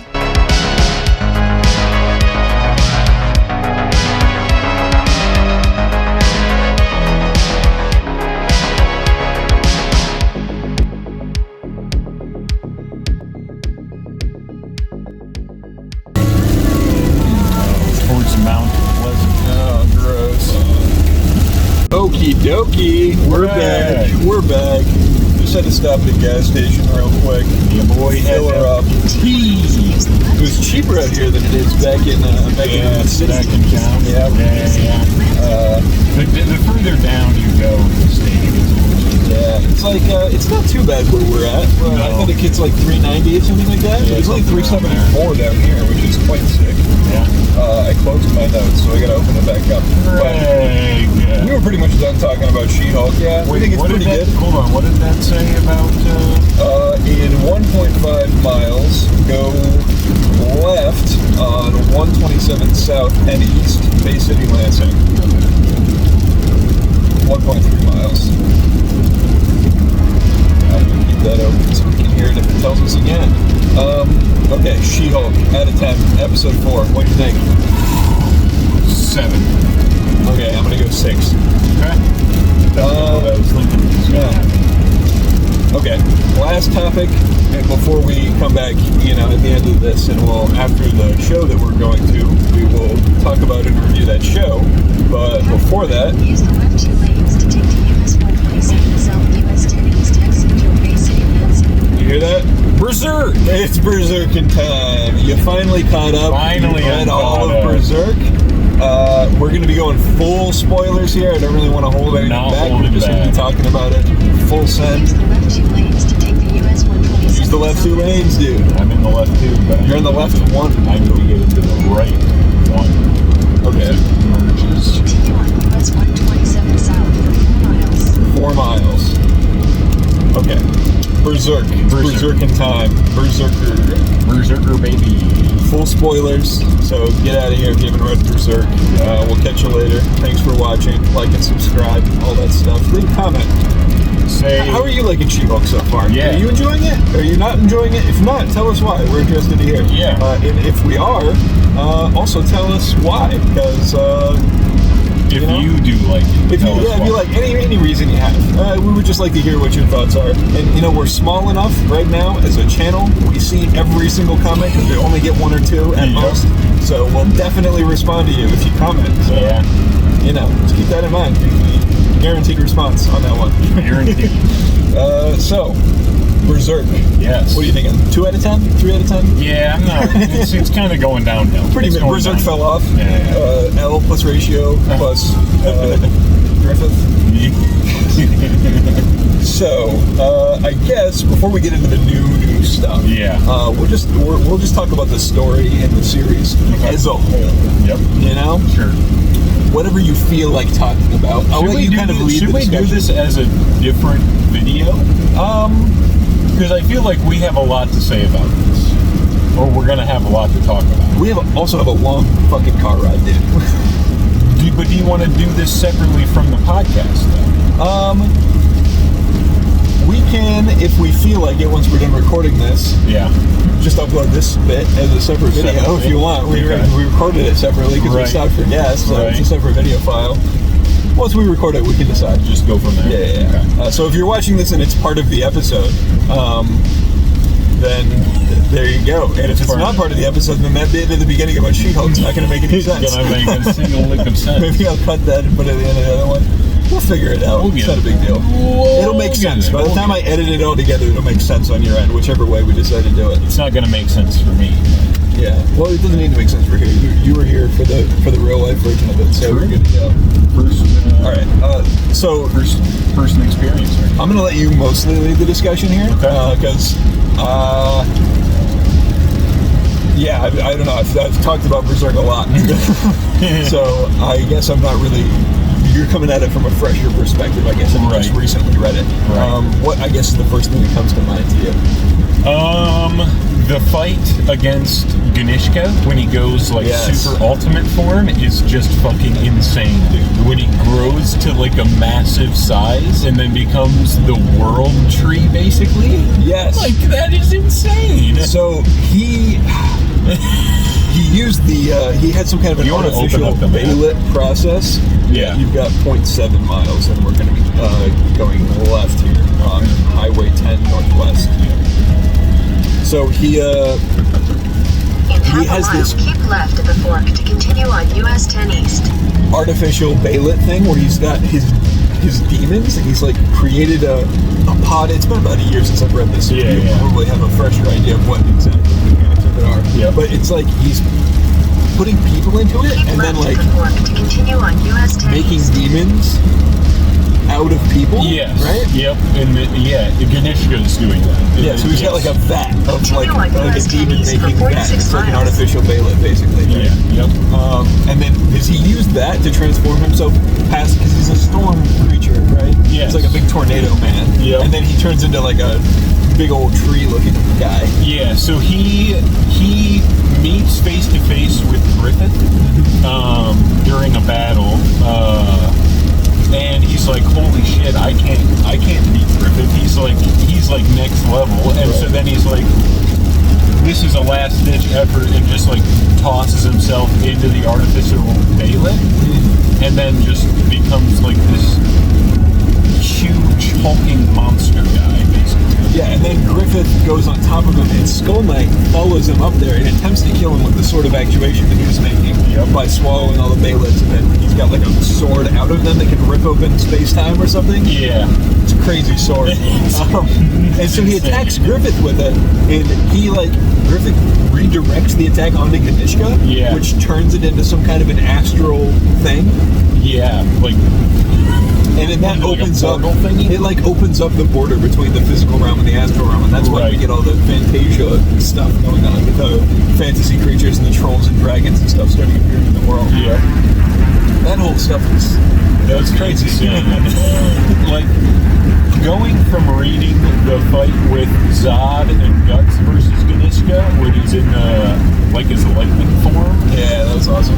Which was very sick. And then he fucking throws himself into the Balin and becomes his like ultimate form. It just is so massive for the scale of the artwork, like some of the shots you see of just like a farmer plowing his field, and then it's this massive 2-page spread of this huge vista, and you just see this creature. It's like Godzilla walking through the scenery, and the way that Miura just conveys the sheer scale of it, you could just really feel how big everything is. Yes. It's crazy, especially if you're reading the deluxe versions. Oh yeah.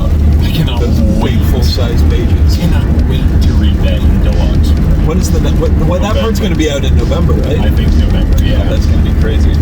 Yeah, I think there will be two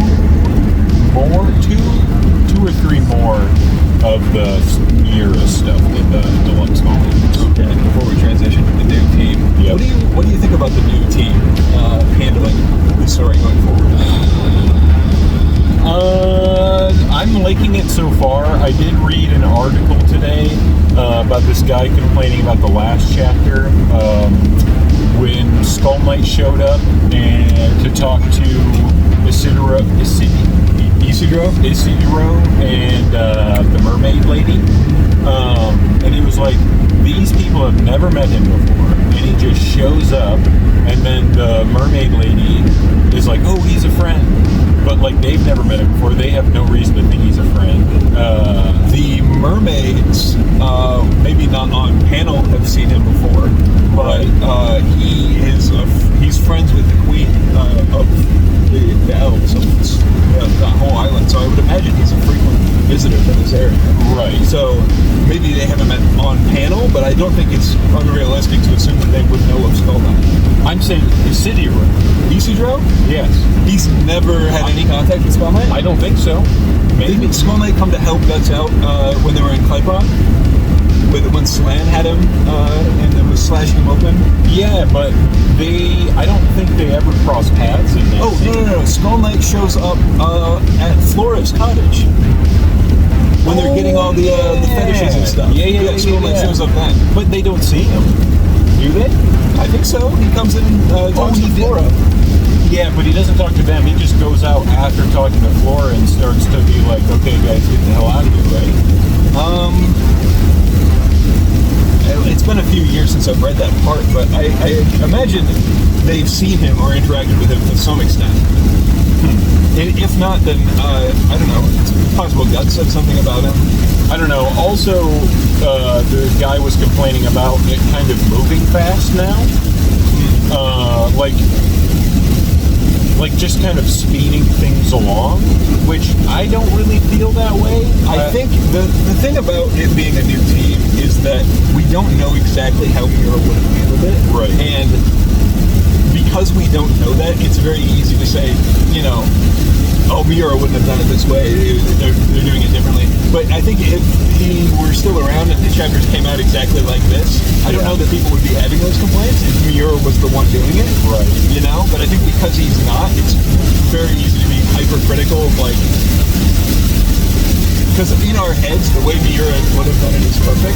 Right. So any flaw or any criticism you have with it, it's very easy to just go, "Oh, it's the new team's fault. They're not doing it right." You know. And I also think it's funny because the whole time, the last few chapters that Miura made, every single fan in the whole community was talking about how slow it was and how nothing big had happened for a long time. And now stuff starts happening, and their complaint is that it's too fast. Nobody is ever pleased. Nobody is ever pleased. It's impossible to please them. I think we don't know exactly how it would have been executed, but this is what was going to happen. Yeah, exactly. Also, I don't think it's being sped through. I don't feel that. I don't think it's being sped through either. I'm just saying that guy was complaining about it being too fast. Which I disagree. We have had less dialogue in these new chapters with the new team than we usually get when Miura was writing it. Yeah. And some of that may be to do with the fact that they don't want to write things that Miura did not specifically confirm to Koji Mori. Some of that could be to do with like, you know, I'm only going to write exactly what he told me about, and if he didn't specify what the dialogue was going to be here, then it's not going to be dialogue. But I don't know that. Right. Or it could just be, you know, they want to rely more on conveying the emotions through the artwork rather than through dialogue. Sure. Or just, you know, there's a lot going on. Maybe you don't have time to have a conversation. Maybe there wouldn't have been one if Miura was writing it either. Yeah. We don't know that. And we never will. We never will. But honestly, I think for any flaws it might have, I'm truly just grateful that we're getting it at all. Really. Just to be able to see what would have been, even as close as is humanly possible, I think, to what he would have done is what we're getting. Right. Even if it might not be exactly perfect to what he would have done. Damn close. Yeah. What do you think about the artwork? It's still solid. I like it. Yeah. There's definitely a noticeable change. It does look a little different than it did before. Yeah. But I don't think it's dramatically worse. No. It's just a little different. Yeah. It's still good. Yeah. Some of the characters do look a little different. Like Dutch's face in particular looks a little weird. But it's also, you know, Miura was arguably the greatest artist in manga. Like, out of every manga I've ever seen, there are some other really good ones. Vagabond comes to mind as a manga with really good art. But generally speaking, Berserk is kind of on its own tier of artwork in the manga world. So 100%. To be able to even get close to that is very impressive, and I think they're doing a great job. Yeah. Do you think, so in this most recent chapter, Yes. All of the like mystical creatures disappeared. Do you think Puck is also gone? That's what I'm thinking. It's never confirmed specifically whether Puck is gone. I didn't see him in that last panel, so I don't know what the mechanics of this are, of why they're all disappearing. I'm sure we'll find that out later. Right. The non just says, "Oh, we can't stay anymore. We need to disappear," and so they all start to, like, Thanos style. Yeah. I think once we figure out the mechanic behind that, it'll be easier to discern. Right. But I'm not sure if it's like just undoing the astral merge that happened when the world tree was created. Yeah. Or if it's further than that and just expunging all of the type of creatures in the world. Because if it's just undoing the astral thing, Puck was here before that. Right. So he would still be around. Right. But if it's purging all of them, then I guess that would mean Puck is gone. I kind of am thinking it purged all of them. If that's the case, that's going to be really rough. Guts is not in a good place right now. No. His face, this is a good example of the artwork really coming through. You can really tell what he's feeling is different than what we've seen him before. Yeah. He doesn't look angry. No. He just looks defeated. He looks like he's just sad. He's just done. In the past, if something bad has happened, you get that crazy, like, sketchy line artwork, and he gets the sharp eye, and like he looks, you know, terrifying. But now he's just like deflated and defeated. Yeah, he just it's just not an emotion we've seen of him. No. And Puck so far has been pretty consistently since the Black Swordsman arc a very steadfast companion to him. Yeah. Even if he hasn't always treated him like he was happy to have him there, he was. It would have been very easy for Guts to kill him at any time. He was really annoyed with him, but he wasn't. He kept him around because I think that was a very centering voice for him. just nice to have that positive counterpart to him. Yeah. And Puck's been, he's the OG homie. He's Guts' first friend after the eclipse. Right. And so for him to be gone, and for Casca to be gone, for him to be feeling so defeated like this, I can't imagine what he's going through mentally right now and what he's imagining. Like, what might he resort to? Yeah. He's had that Baylet on him the whole time, the whole adventure since the Black Swordsman arc. He's had that with him, and those are fated to end up in the hands of the person that's going to use them. Yeah. And we've always assumed up to this point somebody else is going to get it. Right. I'm thinking, what if at this point he's just so defeated and so miserable, and he that line he says, I couldn't even land a single blow. Yeah. He's the toughest, most badass motherfucker in the world. Yeah. And he can't even touch Griffin. He's completely powerless to do anything against him. Yeah. So, and I can't imagine any training arc getting him there either. No. Like, there's no way he's leveling up to that level.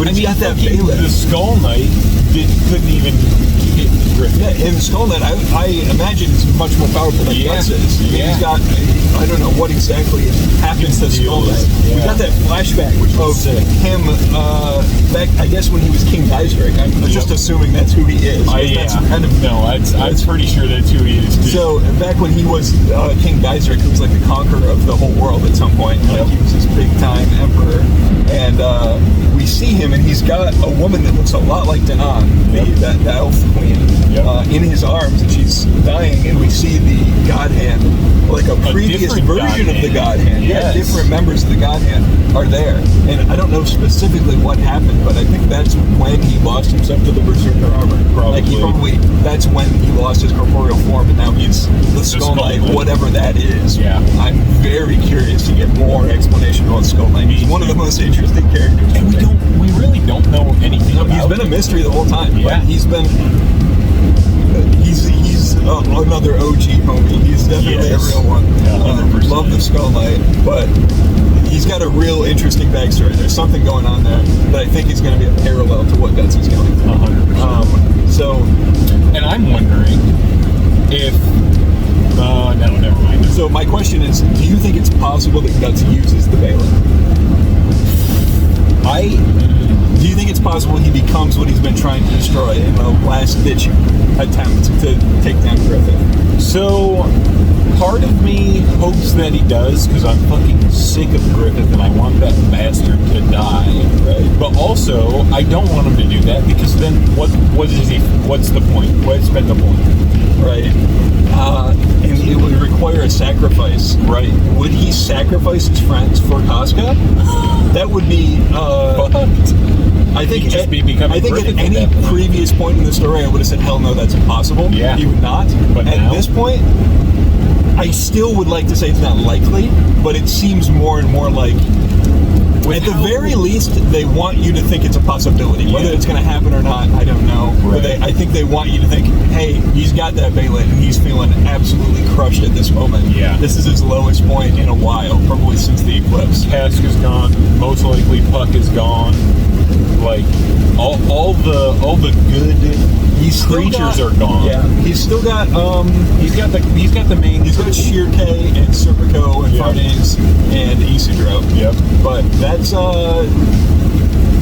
I mean, his relationship with Serpico is contentious at best. Right. They've never really been super close. Yep.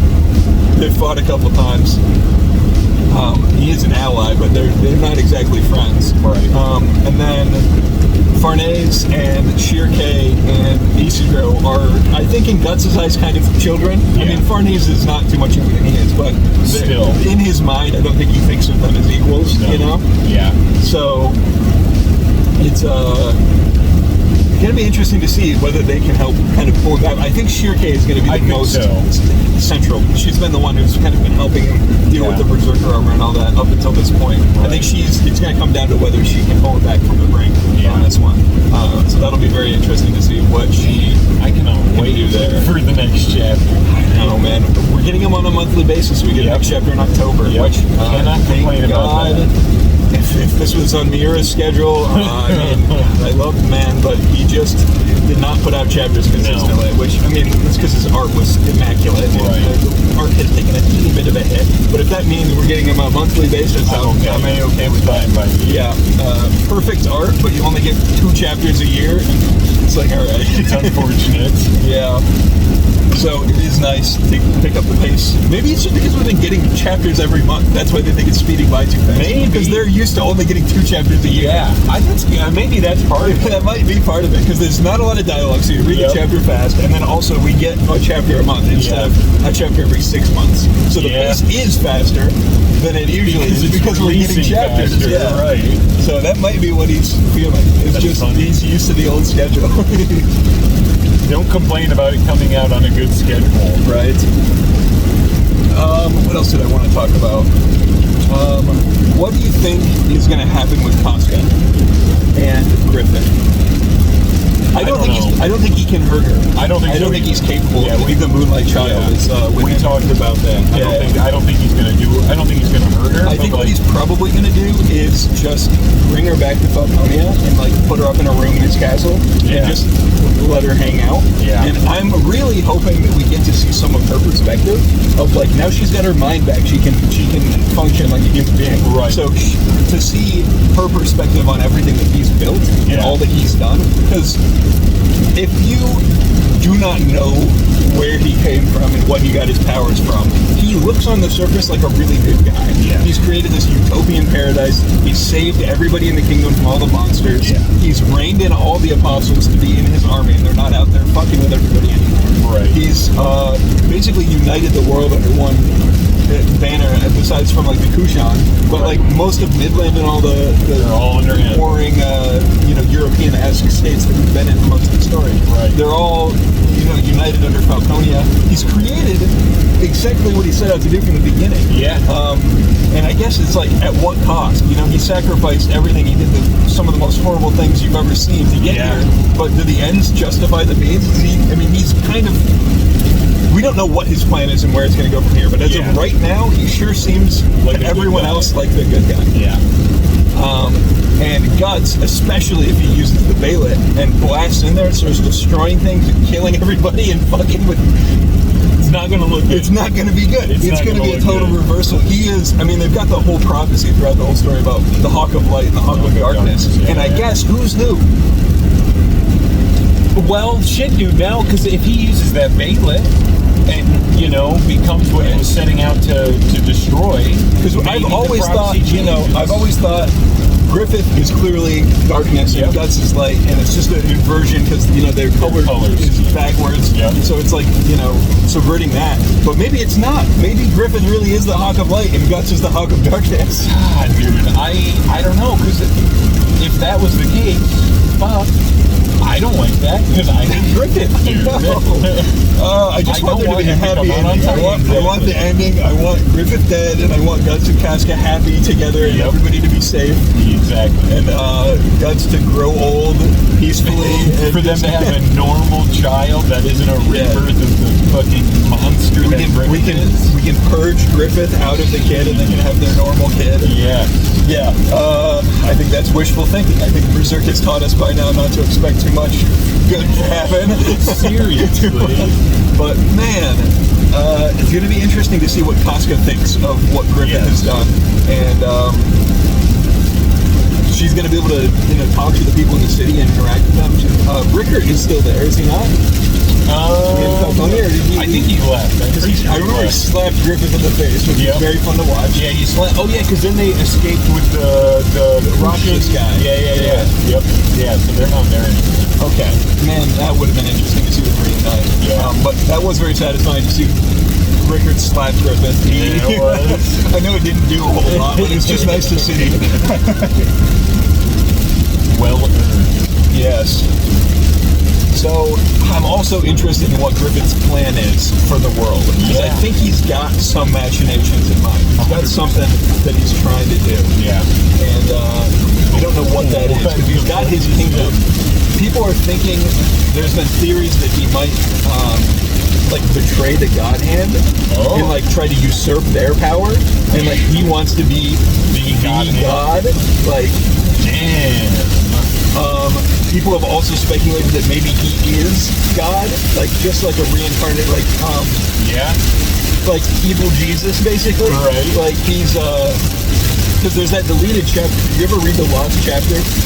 So there's a chapter during the eclipse that Miura wrote and put out with the original, the magazine release that was first airing in like the 90s. Yeah. Right. But then when the volume releases came out, he asked the publishing company to take that chapter out. Why? Even though it had been released in the magazine, he did not want it included in the volumes. He wanted to strike it from canon because he thought that it played too much of his hand. It showed too much of what he was planning to go with the story. So he got rid of it. But you can find it online. And what it is a conversation between Griffith and the idea. You got 19 miles. You're going right in 19 miles, 140. So it's a conversation between the idea of evil, the god of Berserk, essentially, and Griffith as he's transforming into something during the eclipse. And it's just a conversation between the two of them, where essentially the idea of evil says that it was created by humanity and the innate desire they have to blame the evils of the world on something. Like the collective subconscious of humanity created an evil god out of the desire for there to be a reason for all of the suffering of the universe. Like just the sheer psychic willpower of like desperation, I guess, to have some reason for all of these bad things happening. Like a manifested a god in the astral plane of like just the idea of evil as a being. And part of their conversation, he essentially says like, humanity created me, and so I am like of humanity. Like I am you, essentially, is what he says to Griffin. And I'll have to. I wish I had written down. I wish I'd known I was going to talk about this. I could have written down the dialogue. But definitely give that a read, because a lot of speculation has come from that. Of like, what was Griffith human to begin with? I mean, he was born as a human, clearly, but was he created by the idea of evil as like a vessel or some kind of like a chosen one? Like he was meant to be. You know, the idea of destiny is a big thing in Berserk, right? So it's like he was destined to be this from the beginning, and if it's like a cyclical thing of like the idea of evil created him, but he, you know, as part of humanity created the idea of evil, and so it's an intertwined thing. That's insane. So now, as the fifth member of the God Hand, and the God Hand itself is a cycle, I guess. You get new God Hands every couple hundred years or whatever.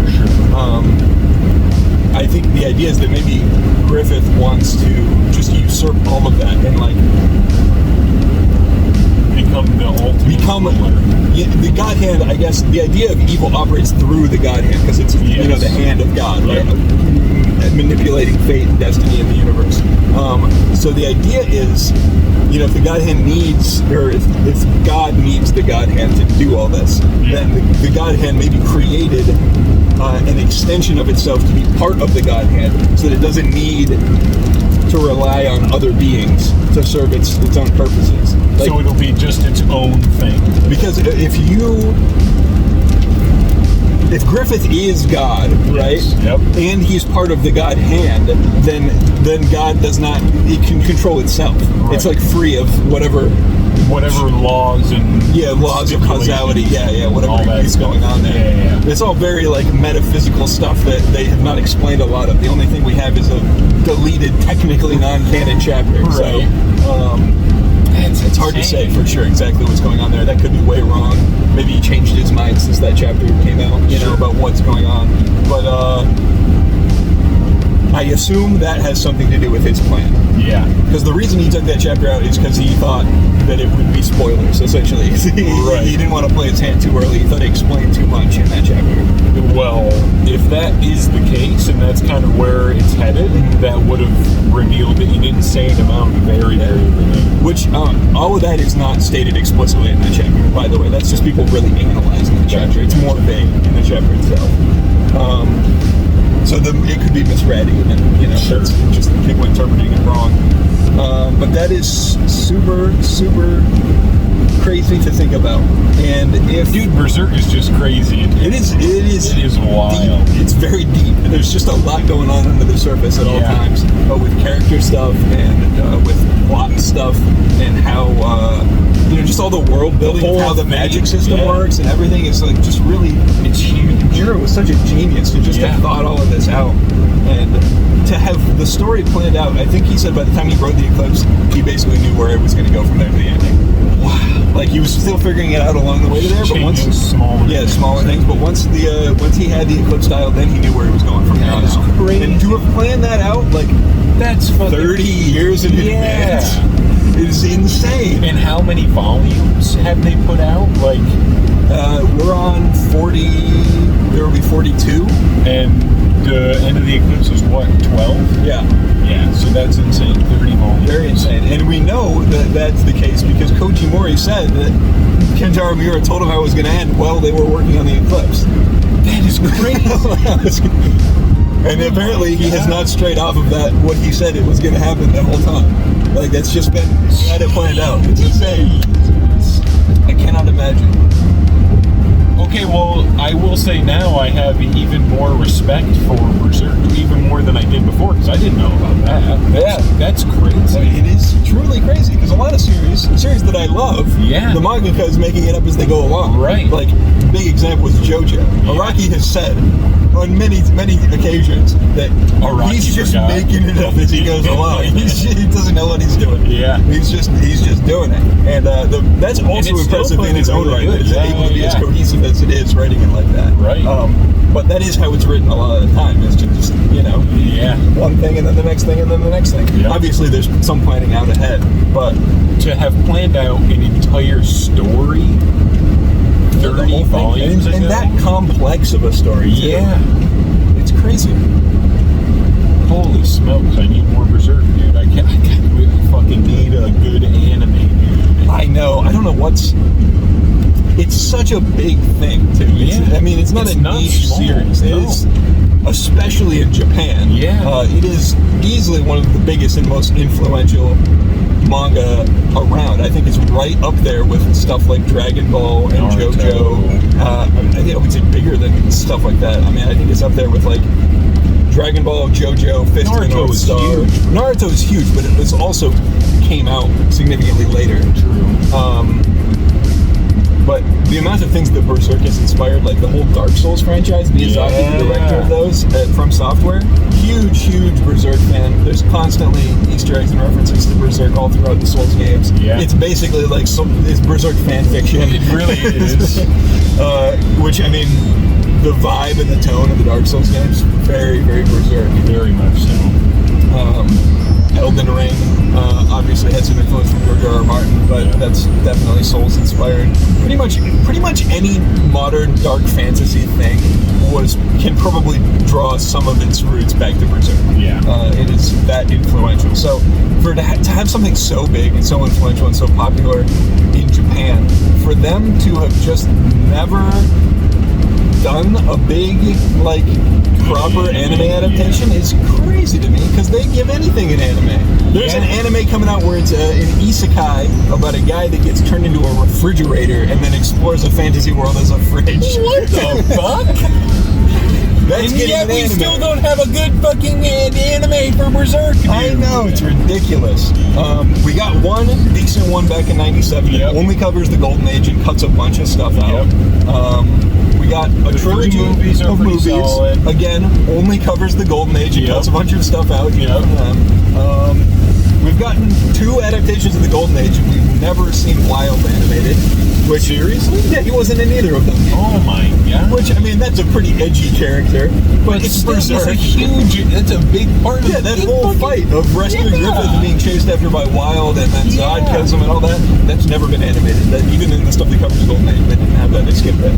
The Lost Children arc has also never been animated. The modern, the CGI one skipped that. They went Black Swordsman and then straight into Conviction. They skipped Lost Children. What the fuck? And then also... That's a good arc. It is. That's really good. It's very important for solidifying Guts' character post-Eclipse. Yeah. Because you start out you start out Black Swordsman, and he's all edgy and dark and depressed, and you're like, why is he like this? Yeah. And then you find out why he's like that in Golden Age.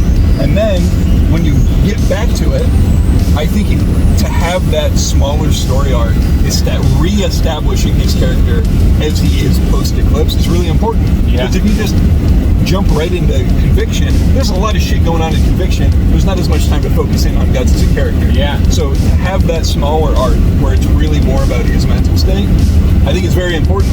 Yeah. To just skip it is dumb. It's ridiculous. Also, the fight against Rosine is cool as fuck. Very that fan animated one. Yeah, that was badass. awesome. That's really cool. I'm going to toss a link to that fan animation in the description, actually, because I want you guys to check that out, too. It's very, very good. Never, ever, ever watch the 2016 Berserk anime. You know, actually, fucking look at it. actually, what I think would be a fun watch-along episode for us to do, get very drunk. We would have to get obscene. Once Isaiah catches up on the manga, all three of us will get very drunk and watch the 2016 shitty-ass anime adaptation together. It's on HBO Max, so we have access to it. It looks terrible. Let me show you a screenshot right here. This is manga panel and then what the anime looks like. I'll do a couple. Awful. It's horrid. Who saw the artwork in Berserk? The most gorgeous artwork I've seen in a manga, and thought, you know what would be a good way to translate this? Fuck it up. PS2 models. Let's use PS2 models. It's ridiculous. And the sound design too, the clang sound of his sword. Oh yeah. It sounds like somebody smacking a frying pan or something. It's so bad, bro. Oh my god. What do we got on next exit? Next exit, 4.2 miles. It's 140, you said, right? 140A. Okay. Got it. Yeah. So we need a Berserk anime, 2D animation. Yes. Give it to somebody like Mappa or Madhouse or Cable Productions is busy. Yeah, I want them to stay focused on JoJo and JoJo alone. Yeah, they are doing other shows, but I would like more of their attention to go towards JoJo. Yes. I need a part 7 ASAP. Oh my god, that's another one they need to anime. But it makes sense they haven't gotten to that yet. They're still getting to it. Yeah. But Berserk, there's no excuse. There should be a good anime for Berserk by now. It literally makes no sense. Apparently Studio 4C, 4 degrees Celsius, however you say it, is the team that animated the movie trilogy. Apparently there was a plan, the original plan was for them to keep going and make movies covering everything, like for them to just be a long movie series of them covering everything. But after the third Golden Age movie, it got scrapped. And there's concept art floating around of, you know, like... What them on there too. Oh yeah, I'll so put that on there. Of like what certain scenes would have looked like in that animation style, because they were working on it. They had gotten started on the next movie. It was going to be like a conviction arc movie or something. Yeah. Which, oh my god, in that animation style, it was so cool. The conviction arc has so many amazing moments that are absolutely not done justice by the stupid ass CGI anime. It's fucking such. I mean, we've seen CGI done well. Dragon Ball Super Superhero was a CGI anime. But I think Dragon Ball also lends itself better to it. It's a more cartoonish type of series. Yeah. But Berserk is way too. It's too serious. It's too serious. I guess if they had done it, if it was really, really high quality CG, like Pixar level animation, not Pixar art style, obviously, but that quality of animation, then I'd be fine with it. Same. That would be, dude. That would be fantastic. But Pixar is not going to make a fucking Berserk movie. Nobody else has the budget to do that level of animation. So unfortunately, that's not what we would ever get. So we're going to go 2D, please. Yes. 2D animation, hand drawn. Yep. And just really good. Look at Chainsaw Man. Yes. Yes. If we could get that for Berserk, I would love that. That would be awesome. Yeah. All right. That's all I've got to say on that. Unless there's anything else you want to talk about. nah, go read Berserk. It's fucking amazing. Hell yeah. So, this is going to be the end of this segment. The next time we see you, we are going to be post-show after we've seen Kurtis Conner live in Detroit. It's going to be a fucking long podcast. It's going to be like 2 hours long. Yeah, this is going to be a longer one. We'll call this like a road trip special type of deal. Yeah, there we go. We'll put it as a special. Yeah, low effort special. Saggy nuts. Saginaw, we're passing Saginaw. Saggy nuts, that's where that's coming from, in case you wanted some context. Yeah, so we might have some vlog stuff of like getting to Detroit and like going into the theater or whatever. We'll figure that out as we go, so you might see some of that in between. But the next podcast segment will be us reviewing the show afterwards, probably with bad lighting because it'll be nighttime. Yes, yeah, probably. Nothing we can do about that. No. All right. On I-75 south for 48 miles. 48 miles. We still have so much more to drive, bro. We got a long drive ahead of us. We'll see you after the show. We're getting close-ish to Detroit. Hell yeah. We're, what, like 20 miles away or something? Nice. It's starting to look less like country roads and more like there's civilization around us again. Country roads. So that's nice. We started to see like a bunch of cool buildings behind us, and so I took out the phone to record them, and now we're kind of past all of them, so it's just Boring. just boring stuff again. Oh well, we'll update you if something cool happens. Okay, now 1, 2, 1, 2, 3.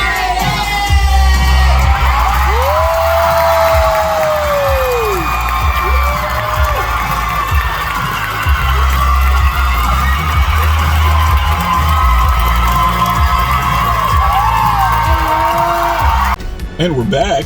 Woo! I'm in the driver's side now. You can't really see the wheel, but We switched spots. We switched spots. We got some merch. We got some t-shirts. Hell yeah. Kurtis Conner. We're just sitting in repping. a kind of a sketchy parking lot outside the theater. It was fucking awesome. It was fantastic. It was awesome. There were 3 performances. Yep. It was just a stand-up show. There was no. Yeah. I thought wondered maybe about there'd be that. a musical component or something. It was just There kind of purely a was stand-up. at the end. A little bit. Yeah. So it was Jacob Sharp. Jacob Sharp, And Nathan Dean, I can't remember his last I wasn't name. familiar with him. I had seen Jacob before, like in Kurtis's videos. I was not familiar with it. Dean has done content with them before, and like they had a cooking show that they all 3 were on for Really? like a couple episodes, but then they stopped, and I haven't watched any of that. He's pretty funny. I liked some of his stuff. I enjoyed his set.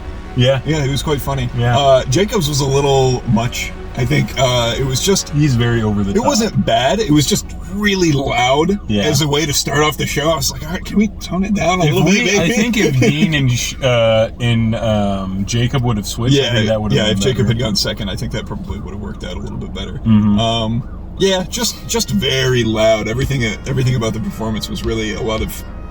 I think maybe if they turned down his mic just a little bit, it wouldn't he's have kind been of as bad. He's kind of a louder guy too, though. Yeah. Pretty funny. I didn't. I think his was the weakest of the 3 for me. Jacobs. Yeah. Not bad, but yeah. just. I know what you mean. Yeah. No. I wasn't know like what you laughing mean. as much. I was appreciating it, but it didn't like make me laugh. Yeah. You know, but I did laugh a couple times at Dean's stuff, and Dean then a had some funny ton stuff. for Curtis's. Curtis was so. It was funny. really, really good. I am so glad he did the hardly know her. Oh yeah, Mick Jagger Fuck, hardly that know her. was That was so fantastic. good. I did the thing that I say. And then you got your money's worth. And then somebody yelled at him to plank, and he didn't fucking I know. plank. It's because they probably Oh, terrible. shouldn't heckle. Dude, what was that lady? What did she say? She said like digital sparkles or No, something. digital poop. What? I have some random ass lady in front of us screamed digital poo, and just like in like a dead silence, and it kind of was funny because it like fucked up Kurtis a bit. He needed to take a second to like, what the fuck? Yeah, but also like, don't fucking heckle. It's so dumb. Yeah, very dumb. I understand the temptation of like you want to have that interaction with Yeah. the person, but it's also disruptive and it's annoying, and he had to stop for a second and just be like, And kind of like fix himself, right? Yeah. It ended up being funny. He was able to kind of turn it. Yeah. But yeah, kind Still. of a rude thing to do. Yeah. Somebody Very funny, else. though. Somebody else said something like on the other side of the theater too. I can't remember what they said, but they like interrupted him too. Yeah. And then there was obviously the person yelling to Plank. Oh yeah, yep. Yeah, a couple of encores. It was a big show. This was He said it was the biggest one so far on the tour. Yeah, it was a very packed is wild. theater, like 3 tiers of seating. Yeah. Like I don't think I saw. It was at the Fisher Many Theater open in spots. Detroit. If you feel so inclined to look up what that looks like. Well, we've got pictures, dude. We do have pictures. So Yeah, we can put some post them pictures on here. screen. Yeah. Yeah, nice old like historic Yeah. theater. Very Really cool, cool. like Art Deco architecture. I should have taken an more old pictures building. while we were inside. Yeah, I'm looking at it right now. I can see it from here. It looks a lot like it's like a mini Empire State. Right there. Boom. That's what it looks like. That's where we were at, right in here. Yeah, very cool. It was very cool. So that was I'm glad we came. Yeah, this it was was fun. a drive, but it was Yeah, good. yeah. The 4 hours It is there. currently about 10 o'clock at night, and we got to drive all the way 4 back up hours. home. So that's going to be a little while. I'm probably gonna be absolutely cashed out because I got to work tomorrow morning. But we'll see, bro. I'm gonna get my seatbelt on so it looks similar. Oh, symmetrical. We've got 2 hats, same shirt, seatbelt, golden. Hell yeah. I don't know. I guess it's hard to compile your thoughts immediately after walking Yeah, into something. 'Cause we just got back in the car. We just sat over there. down. We put these shirts on, took a picture, and then sat down in the Yeah, car. it's a fantastic show. If you got one near you, Absolutely at some point he's getting pretty close to the end of the tour now, right? I think he's probably about halfway done. Okay, well, look at the schedule if you're Yeah. interested in going to it. Watch some of his videos on YouTube. He has a YouTube channel. He's got a podcast. He's fucking hilarious. He's Very a funny stuff. guy. Yeah, I was laughing a lot through Yeah. just the whole thing. And it got a really good talent for making it feel very organic and natural. Yes. Like, I almost couldn't tell if he was ad-libbing stuff or if it was all scripted to just sound ad-libbed. Right. But it's very, very funny. And like, he's just so like down to earth. Like he's an actual guy. It really felt like just kind of Like hanging out with like a buddy. hanging out with somebody and just he's telling funny stories. Yeah. And you're 100 feet away from him in a theater. In a packed theater, yeah. Yeah, but it did have that kind of a comfortable vibe to it. It's Yeah. very cool. I was just kind of like, it's just Dude, a this nice lighting chill. is so weird. Yeah, it's not great, but it's also 10 o'clock. It's better at than night. better Yeah, than that's that. way worse. I'm gonna start driving here. If there's anything else you would like to say about it, then you go ahead. But I think I've said my piece. It was a great show. Whoa, exits that way? Oh, that's weird. This is a small parking lot, and it's very weird. Oh yeah, look at that. Oh, grab the ticket thing. We might have to do something with that. It's up in the... Yeah. Is there a blocker? It doesn't look like It it. doesn't look like there's a block. Then you just leave. I mean, you pay to get in. It's not like you pay based on time. Oh, I know, but I wasn't sure if we had to put this anywhere. Nope, does not seem to be the case. Avenue, then turn Goodness. left onto 3rd Avenue. Turn left. Yeah, so I'm gonna give that a solid 9.5 out of 10. Oh yeah, Turn me right too. onto West Milwaukee It was Avenue. not perfect, but it was pretty darn close. It was great. It Take was the next awesome. right onto West Milwaukee Avenue. Dude, starting to drive was Not a great idea. not a great idea while we're still recording. I figured we were wrapping it up so I could just get going, but the GPS is really honking at me. In 800 feet, turn left. I'm trying to come up It's with hard my to think. thoughts. Yeah. We can cut around stuff. If this goes on too long, we can just cut straight to you talking. But I don't know, man. It was really good. I really like Kurtis, and you got me onto him because I used to watch Danny Gonzalez and like Yeah. Drew Turn left Gooden onto and Johnson Eddie Lodge Service Burback. Drive, then use the left lane. if to you take like the any of those Michigan South content Ramp. creators, it's very similar Yeah, vibes. and like you had told me, you were like, yeah, he's really funny. You should watch his video, and I was like, I don't know. And then I watched the magician video, Oh yeah, that's a great one. and I was fucking hooked. He's awesome. I love him. Same. It's very cool to. It's just. It's see weird it to see in somebody person. in person that like you watched hours and hours of their videos online. Yeah. And then you're in the same room as them. It's not like we got to meet him really, Right, you're going that way. but yeah. Use the left lane to take the Michigan But still, South being in the Ramp, same then room merge as somebody and with seeing Michigan them 10 in person Yeah, is it's a whole different vibe. It really is. Merge just onto fucking Michigan done 10 this South, with you, then bro. use the Oh, yeah. left lane to take exit 4A. I'll kind of keep an eye on it for you too. Use the left lane to take exit 4A. Yeah, I would agree with Greg. I would say probably like a 9.5 out of 10, maybe a 9, just Continue because on I-94 East for 1 mile. I don't know, like Dean and Jacob were both pretty funny, but I would have been okay with just seeing. If it would have just been Kurtis, I think I probably would have rated it. Maybe I don't know if I don't know how much higher I could go than 9.5 other than a 10, but like, fuck, it was really good. Yeah, you wanna? Oh yeah, sorry, I'm watching the road. Yeah, really good. Would recommend checking out all those guys that we just listed. Because they're all funny.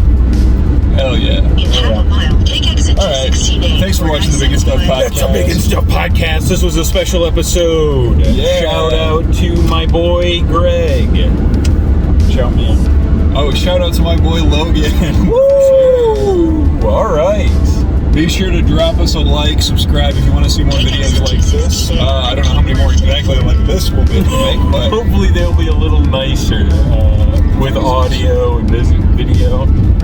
Keep left at the fork. all right, we're gonna get lost in Detroit. We're going to Flint. Continue on I-75 north for 36 miles. All right. See you guys.